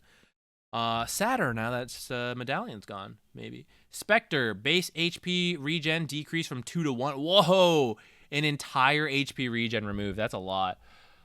Dispersion, minimum radius decreased from 400 to 300. Reality now only triggers 1 cast of Spectral Dagger per illusion. Oh, so you can't get like multiple casts on one hero and like nuke them down in the early game. I think that's fair. That was kind of ridiculous that she had that. Haunt cooldown from 180 to 160, also fair. 10 talent, 5 stats, replaced with minus 100 Desolate Ally radius. Wait, that could actually be pretty good. Only a 300 radius, and they're considered alone. That could be pretty good. 4 Spectral Dagger cooldowns also kind of nice. I'm not sure. But this hurts her laning stage a lot. She's notoriously a weak laner. Like a tanky, survivable, like more than others with dispersion and the regen, but now both being hurt. Spirit Breaker. Movement speed bonus from Bulldoze decreased 5% at max level. Talents, 20 talent, 25% greater bash. Okay, hold on. Greater bash damage replaced with greater bash chance. Charge bonus speed replaced with Bulldoze grants 400 all damage barrier. 25 talents. The 20% greater bash chance is replaced with the 25% greater bash damage. And then the barrier talent is becoming the bonus move speed. So we swapped the 20 and 25 talents, and then marginally nerfed the bash and the barrier, but didn't buff these because they were that broken. They should be on 25 and not be better. Okay. Storm Spirit, Static Remnant. He might still be okay. He's been really nuts as a hero, but I think some of the item changes might affect him as well. So, Storm Spirit, Static Remnant. Remnant activation time decrease. Can you do, because Spirit Breakers sometimes buy like Yasha Kaya. Can you get Meteor Hammer Spirit Breaker and just like bash into the meteor and like tower push and farming speed, all that? That could be funny. Storm Spirit, Static Remnant, activation time, down by 0.25. So this should make it easier to queue people. Talent, level 10 talent, 20 attack speed replaced with 150 attack range when overloaded. 20 attack speed, 150. Oh, so instead of attack speed, you can hit people farther away. Is that worth it over now versus 1.5 mana regen? Arcane Boots, much worse. You might need extra mana. I'm not sure. Sven, what are we at? 35. We're going to make it. I think we can do it. Sven, intelligence gain increase from 1.3 to 1.5. Storm Hammer. Aghanim Scepter now increases damage by 180 if Sven travels with the... if he goes. Okay. People really stopped using this. This was an entire meta on its own, and then it just stopped. Just no one does it anymore. It's so interesting to me that just no one does it after it was so meta. I don't even remember what the nerf to it was. Warcry. Agshard passive aura now also applies 3% movement speed. Oh, that's kind of nice. Support Sven buff? Talents. Level 10 Warcry duration from 3 to 4 seconds. Level 20 talent. 8% Warcry movement speed replaced with 20% God Strength slow resistance. Techies. Blast off. Current HP self-damage decreased. Wow, by a lot. Flat 20% instead of 35% at level 1. This is a big buff for the early levels. TA, Psionic Projection, now deals 200 damage instantly upon arrival and activates the trap as if it was fully charged. I hate the TA Ags, like what it does. It's so frustrating to deal with. It got nerfed, and then like people stopped completely doing it. But I'm a little surprised. Like, I think it's still better than like never seeing it, but I'm not a TA player, so. TB, Demon Zeal now applies to reflection illusions with 50% effectiveness. Oh, cool. Terrorblade, Terror Wave. This can actually be really good depending on the illusion you copy. Like, you copy a Luna, and then you give her, 50 extra attack speed, 50 extra move speed for 30 seconds? I mean, like, that's pretty good. Terror Wave. Wave effect now follows Terrorblade and disappears if he is killed. Oh, okay. I think a moving Ravage that fears instead. Talents. 10 talent reflection cooldown from 3 to 4 seconds. 275 health replaced with minus 20 meta cooldown. So brings it down to what? 130? Interesting. Seems like it could be good for him. Tidehunter. Gush. Mana cost decreased from 100 to 105, 110, 115 to 100 flat. That's very nice for him. Dead in the Water. 1 less attack to destroy, so nerf on that one. Understandable. It's very strong. 15 talent, Anchor Smash damage reduction increase from 25 to 30%. Timbersaw. Base strength increase from 25 to 27. Strength gain increase from 3.2 to 3.5. I think all of Amar's heroes have been buffed. Mars, Razor, Timber, Slark. This is Falcon's game. This is their time. This is it. Reactive armor. Max stacks increase from 10, 20, 30, 40 to 15, 24, 33, 42. Stacks per hero attacks increase from 2 to 3. So this is a big problem with reactive armor, is that it can actually be tough to build up that many stacks. But now it'll be easier. When heroes attack you, you're getting more stacks per attack. Talents. Level 10 talent, 200 health replaced with 0.2 reactive armor regen per stack.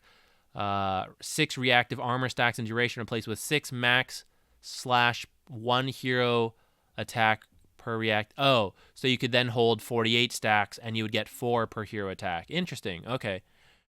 Tinker. Let's see if we're going to hate Tinker or not. Cast range decreased from 600 to 450. Okay, he's got to get closer. Heat-seeking missiles also losing 500 cast range. Rearm now grants 15, 20, 25% magic resistance for 4 seconds. I don't know if I like that, but it is going to be harder for him to be annoying. Warp Flare now applies a root.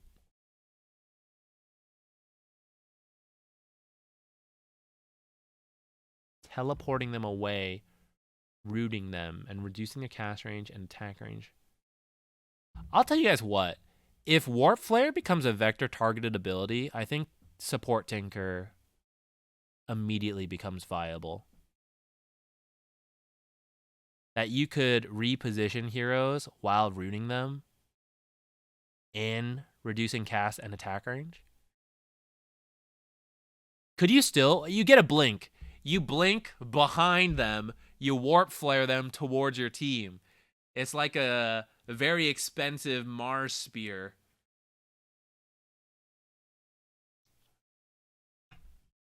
Tiny. Tree Grab. Bonus base damage increase from 20 who's that? to Thank 35. You. It scales. Okay, nice. Kumpali, hey, thank you for the Prime sub. I appreciate it. Thank you so much. I can't get too distracted. We have to finish before the game starts. Cooldown decreased quite a lot at the early level. Same at the end. Shard now increases damage of thrown trees by 100. That's crazy. That's so much.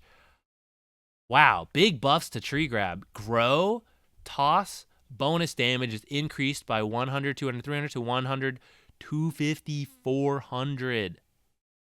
Whoa.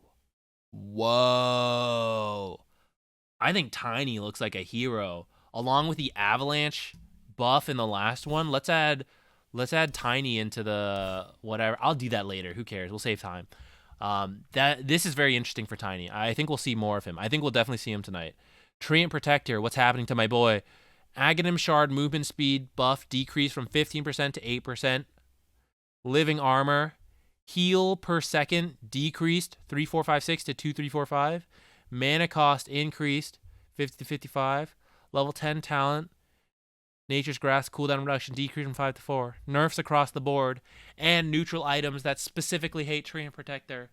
It is a sad day. And Orb of Corrosion.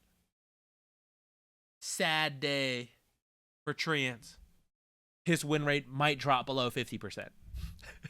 He's been above 50% for quite a while. It's deserved, but it's sad because I like the hero. Troll Warlord. Fervor, Aghanim Shard chance of extra attack per stack increased from 3 to 4%. What the hell? I didn't know that's what a shard did. Battle Trance now allows Troll Warlord to receive movement orders if there are no valid targets within range. Okay. He's being allowed to move. Tusk, Walrus Punch, now also deals 50 bonus damage, which is affected by crit multiplier. Crit damage decreased from 250, 325, 400 to 200, 275, 350. 50 bonus. I'm not sure if mathematically this is like good or bad for him, and I don't have time to figure it out right now. Underlord, Pit of Malice, now deals 20, 30, 40, 50 damage upon rooting a unit. That's nice. Cast point increase. That's also nice. Fiend's Gate cast point also increased. Also nice. I wonder if Underlord will be good with the Veil and the Shiva's change. Might be interesting. Undying. Soul Rip now takes Undying into account when counting nearby units. Does he also hurt himself? Did you guys know Soul Rip actually hurts the things that it takes the health from? It takes small amounts from all heroes and units nearby and puts them all into whatever. Mana cost decreased from 110 to 100. Tombstone. Tombstone shard stun duration on Tombstone decreased 3 seconds to 2 seconds. Flesh Golem, slow duration in decrease from 6 seconds to 4 seconds. Okay. Ursa, base HP regen increase from 0.5 to 1. Overpower, slow resist. I forgot Overpower has slow resistance. 5% more at all levels. Fury Swipes, damage per attack increased from 10 to 13. Ooh. So if you have 3 stacks, which is not that many to get, instead of 30, you have 39. I mean, that's like, this is a 30% increase at level 1. That's quite a lot. This might, especially with the new Orb of Corrosion, which he might build. Ursa used to be like pretty aggressive in the early levels, but then it got nerfed hard, and he can't really do it as much. But this might push him back to it. We might see more like truly level 1 terror from Ursa, level 1, level 2, instead of having to wait like level 4, 5, 6. Venge, Nether Swap, damage increase from 50 to, wow, 150, 300, 450. There's a lot of damage when you swap enemies. Wouldn't it be funny if it also damaged your allies when you swapped? No longer reduces damage taken. Now gives Vengeful Spirit and allied targets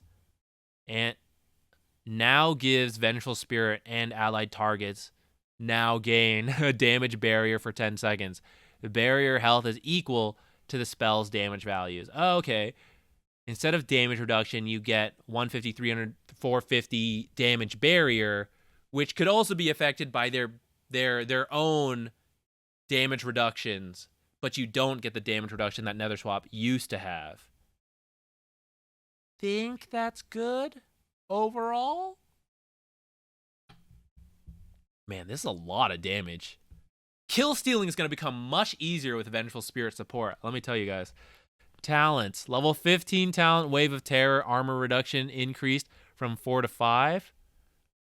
No medallion anymore, though. Level 20 talent, 15% Nether Swap, cooldown replaced with Wave of Terror, steals 20% of reduced damage and armor. Level 25 talent, 40% Nether Swap, 18. Ooh, 18. Wait. 12-second swaps, but at 25. And previously it was 15-second swaps at level 25 at 20. Veno, what did they do to you, my boy? Plague Ward, ward damage rescaled from 1322, 3140 to 1422, 30, 38. That's a nerf. Noxious Plague, initial damage increase 150, 250, 350 to 200, 300, 400. Okay, 50 more damage. Cooldown decreased, by 20 at level 1. Nice. 15 talent Poison Sting slow decreased from 8 to 16%.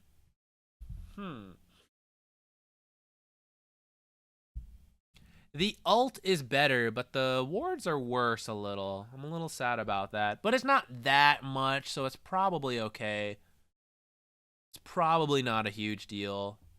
I think this is overall good for him.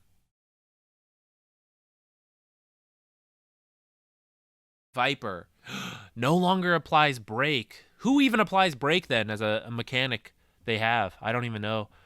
Now slows attack speed by 30, 40, 50, 60. That's quite a lot. That is a lot. Viper Strike. Viper Strike now applies the break. Okay. Movement slow increased from 40, 60, 80% to 60, 70, 80%. Does the break also pierce immunity? Cast point improved. So he's hurt in the regard that I think, well, the AoE break could break multiple units, but they could leave it. They could leave the break.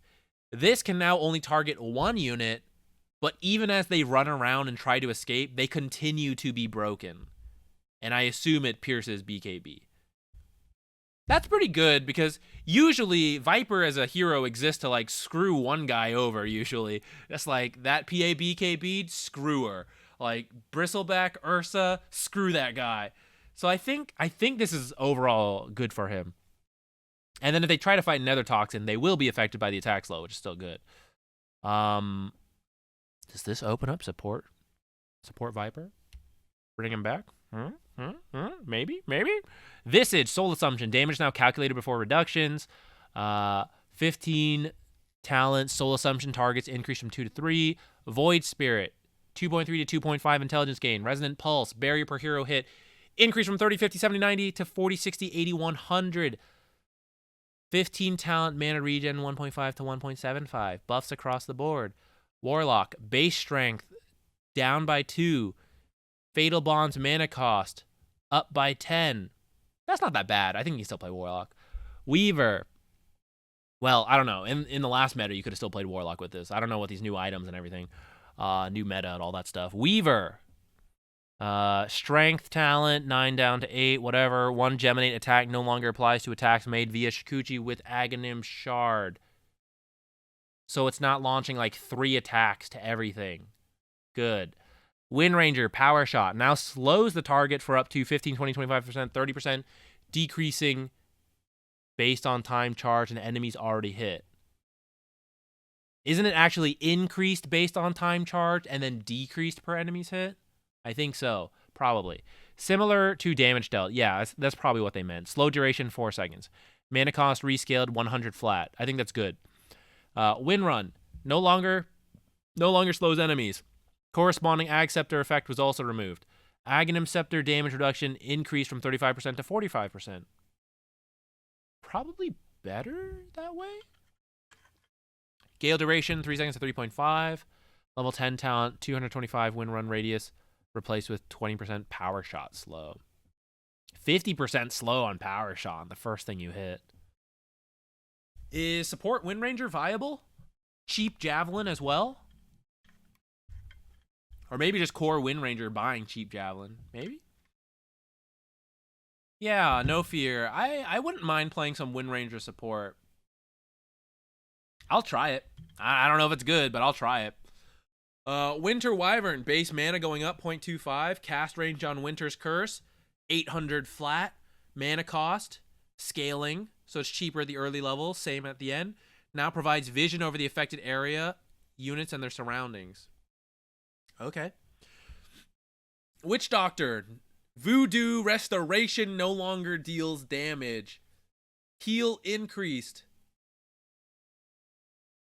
Actually healing with Voodoo Restoration. Isn't that wild? Talents. 25 talent. 1.5 max health Voodoo Restoration. Heal damage replaced with 2% max Voodoo heal restoration. I don't even know if this is a nerf, guys. Because as support Witch Doctor, do you really do damage with Voodoo Restoration? I think you use it to heal, and the healing just got better. Is this truly a nerf to Witch Doctor as a support? It's a nerf to core Witch Doctor, probably. But Witch Doctor support? Actually just healing, like, way more. Wraith King, Reincarnation, cooldown increased. Wow, it's a 2-minute cooldown at level... even at max level. It used to only be 60 seconds. And then you could bring it down to like 40 seconds or some shit, right? Aghanim Shard, additional skeletons decreased from 3 to 2. Aghanim Scepter, cooldown reduction, decreased from 30 to 15. Talents, level 15 talent skeleton attack damage. Another 3 damage off of that. 20 talent minimum skeletons decreased by 1. Cleave talent increased. Please take the cleave, not the skeletons. He's been good for a while. He's getting nerfed. Zeus. Oh, you guys can't see it. Whoop. Zeus. Lightning Bolt now deals 2 times damage to creeps. Okay. I'm not sure why they felt the need to give him that one, but sure. There's a lot. There's a lot in here, guys. Yeah. I love that cat emote. Cat jam. There's a lot of changes. I'm sad about Medallion. And I don't know if I like this Arcane Boots. But I do like that I can build faster Bassies.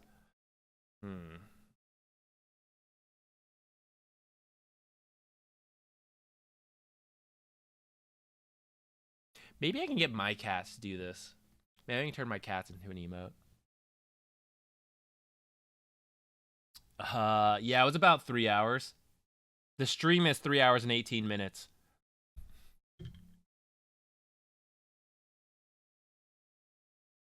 Pudge mid, batter, terrible.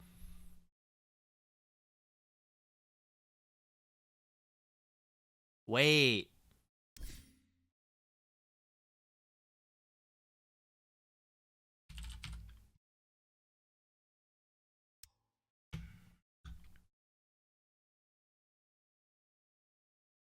Huskar with a neutralizing. It seems like it could be good.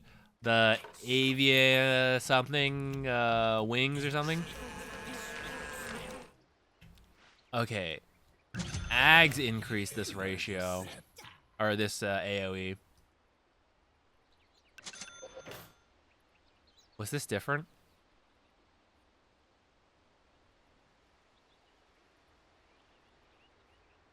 It is. Look at this range. Oh, zoom out stream. Thank you. Look at this shit. It's huge.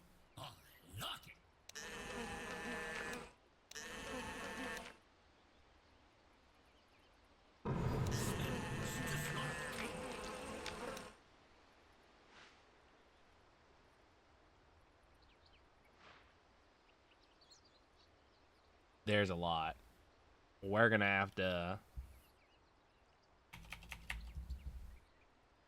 We're gonna have to be thinking and using our brains.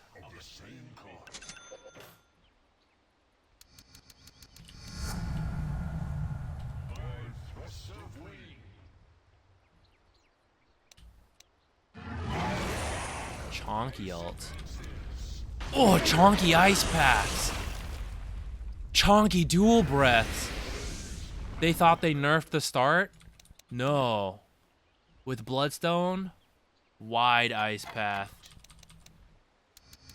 Oh, even this one probably hits in like a bigger AoE too. Core Jakiro? Look at that! Holy shit, it's so big! Oh my god. Look at this wide ass ice path.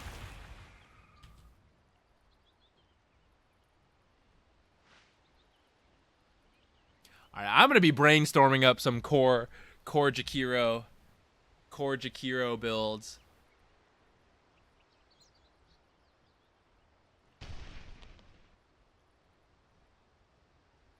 Meteor Hammer? Who can we build Meteor Hammer on? Storm Ags Bloodstone. Ooh, Frostivus gift. Let's open our Frostivus gift. We'll probably end the stream soon because the major's starting, and I figure we all want to go see the pros do whatever bullshit they come up with in the 3.5 hours they had to read the patch notes, test anything. Insane. So we'll end the stream soon. I will be here tomorrow streaming as soon as the major's done, pretty much. I'll be starting around, probably in around like 12 hours or something. And we will be testing all the stupid bullshit out there. So, definitely drop by for the fun if you guys want. And come with your stupid ideas, because I will do it. I don't give a shit. It's the start of the patch. We all do some wacky shit. How do I use this? What is this? I got a Frostivus key. Oh, but I haven't earned a chest yet. Cosmically rare. One day I will get one of these. I refuse to quit Dota. Who already has this? It's already $800. I mean, I'm not that surprised about it because I knew the couriers are always expensive, but damn, that's a lot. Who do you think is OP? The Abaddon change is still absolutely wild to me. I'm sure he's probably not even the most broken hero, but his changes are whack. Oh, the courier's not new? I didn't even realize. It's an old one just coming back. Yeah, Leshrac also seems like he could be really good. Yeah, these Abaddon changes seem nuts to me. Who else? The Lion change seemed pretty interesting. Omni Knight change seemed interesting. Chen. This shit seems real good. Any Chen players out there? This seems good. The 6 of you. The 6 of you who play Chen. Who else? Dazzle seems sad.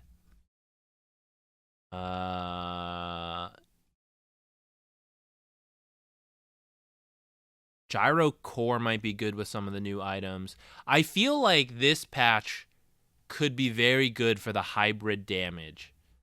The hybrid damage heroes. Leshrac, I think, will be good. Lena, I think, could be good. Mars got buffs across the board. Seems like it could be good. Chonky Firefly. Oh, man, we're going to see such funny Bloodstone interactions. But in the end, probably still only a couple heroes will build Bloodstone. And we'll have to wait till they introduce the AoE mechanic to some other item that is not so niche as Bloodstone, I feel like. This Monkey King with the level 10 talents, this Primal Spring, and you max Tree Dance first, that is a lot. That's a lot of damage. 425. Farm up a storm, join fights, like do tons of damage. Yeah, I don't know. It could be really good. YouTube-wise, I don't think we'll upload this whole thing to YouTube. Maybe I will. Maybe I just out of laziness it'll go up. But I'll do an actual like breakdown after we play some games and we like review data. It's gonna take a while. This is a really big patch. So if you want more detailed breakdown, it's gonna take me a little bit, but you can drop by for the journey on Friday tomorrow. I will be here. Queen of Pain support, maybe. We'll explore. We'll explore all this stuff. Please test. Which one? How big does Pulse Nova AoE get? Okay, let's test this before we stop the stream.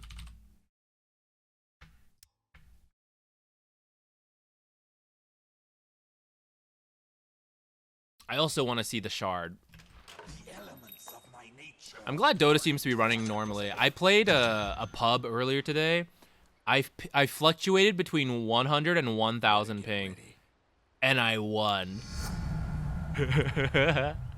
Someone was flaming me too.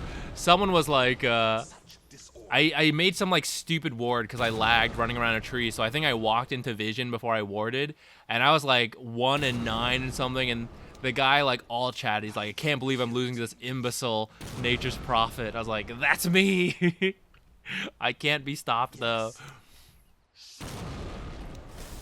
Mega range. Wow, these are huge. Can't wait to deal with this shit. Seems awesome. Yeah. It zones out the whole freaking base. So be it. It's gonna be a pain.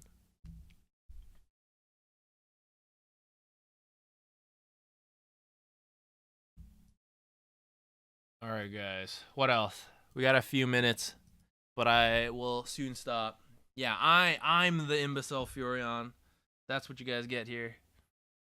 Does Sprout count as AoE? That would be interesting. That might screw it over. Not that you would buy Bloodstone on this hero. That would be funny. They might have to make the trees chonkier to keep up the collision to keep people trapped. I summon the forces of nature.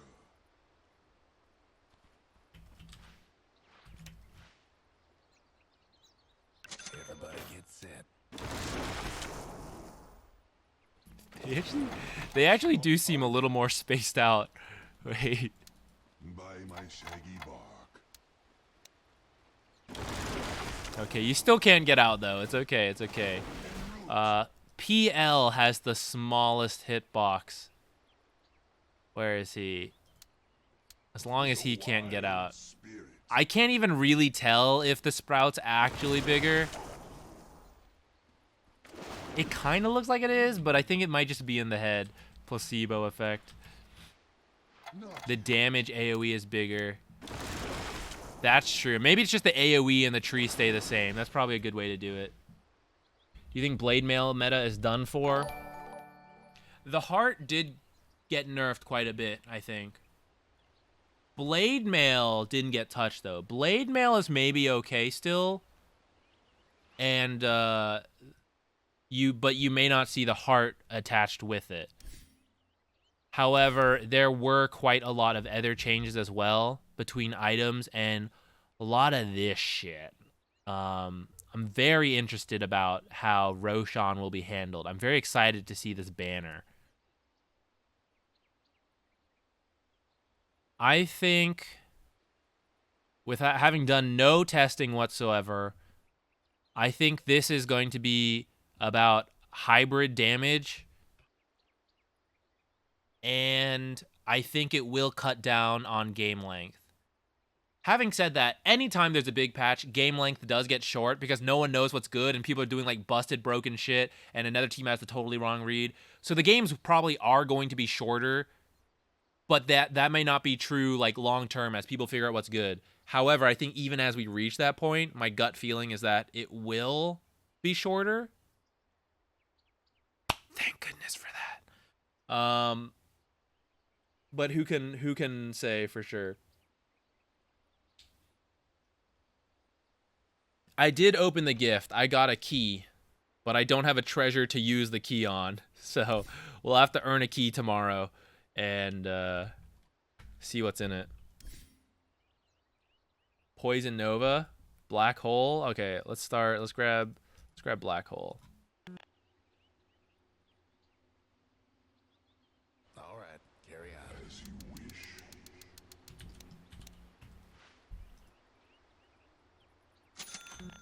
In sylvan shade, my pattern changes. It's harder to see on these abilities that were already kind of big. What is a relatively small AoE spell? Jakiro's Liquid Fire was a good example, I think.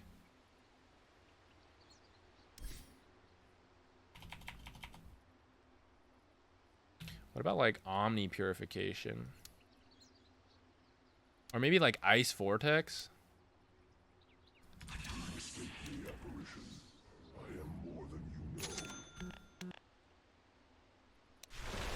This Vortex getting kind of chonky. On my way. Lich Frostblast. The sad thing is, though, is that many of these heroes really will not build. Oh, I'll tell you what I want to test, actually. Many of these heroes will not build a Bloodstone. Any moment now, he will die. Absolutely putting this guy down. Just getting destroyed. Look at him go. Completely wrecked.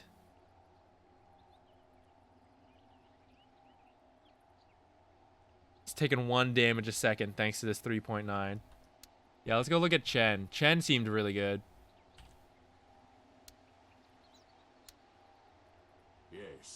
Yes. Can I skip Holy Persuasion and just go like Divine Fervor? I don't know why I keep calling it Divine Fervor. Divine Favor plus Penitence. God willing. 12 extra armor on this IO right now. For free. I cannot believe this ability is free. When Chen ends up being super broken, 50 mana. 50 mana? That feels about right. And then it scales up.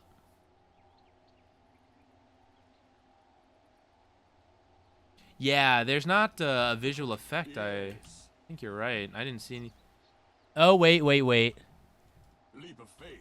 Oh, no, that's because I used it on myself.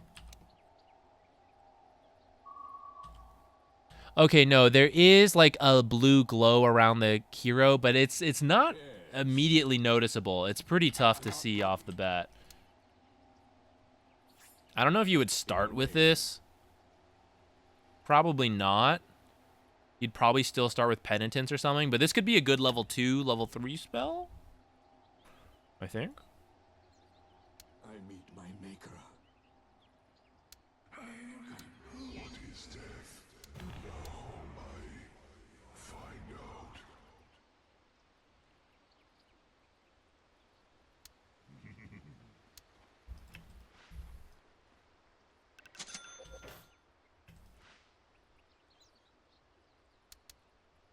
Stretching my legs. Yes. What the heck's the Bloodthorn? What the hell does it build out of?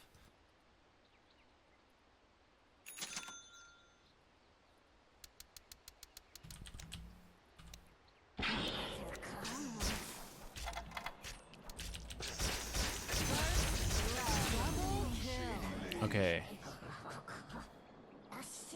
This is not an insane amount of spiders, but let's actually cut it down anyways. This would be a decent chunk of spiders. What the heck? Oh, because this is the... I go. Not even using, like, Silken Bola. Oh my god. Oh, shit. That's so much damage. What? Oh, they were dying. That's insane, though. That is so much. Okay, look, this is 12 spiders, right? This time, let's also add in, like, Silken Bola.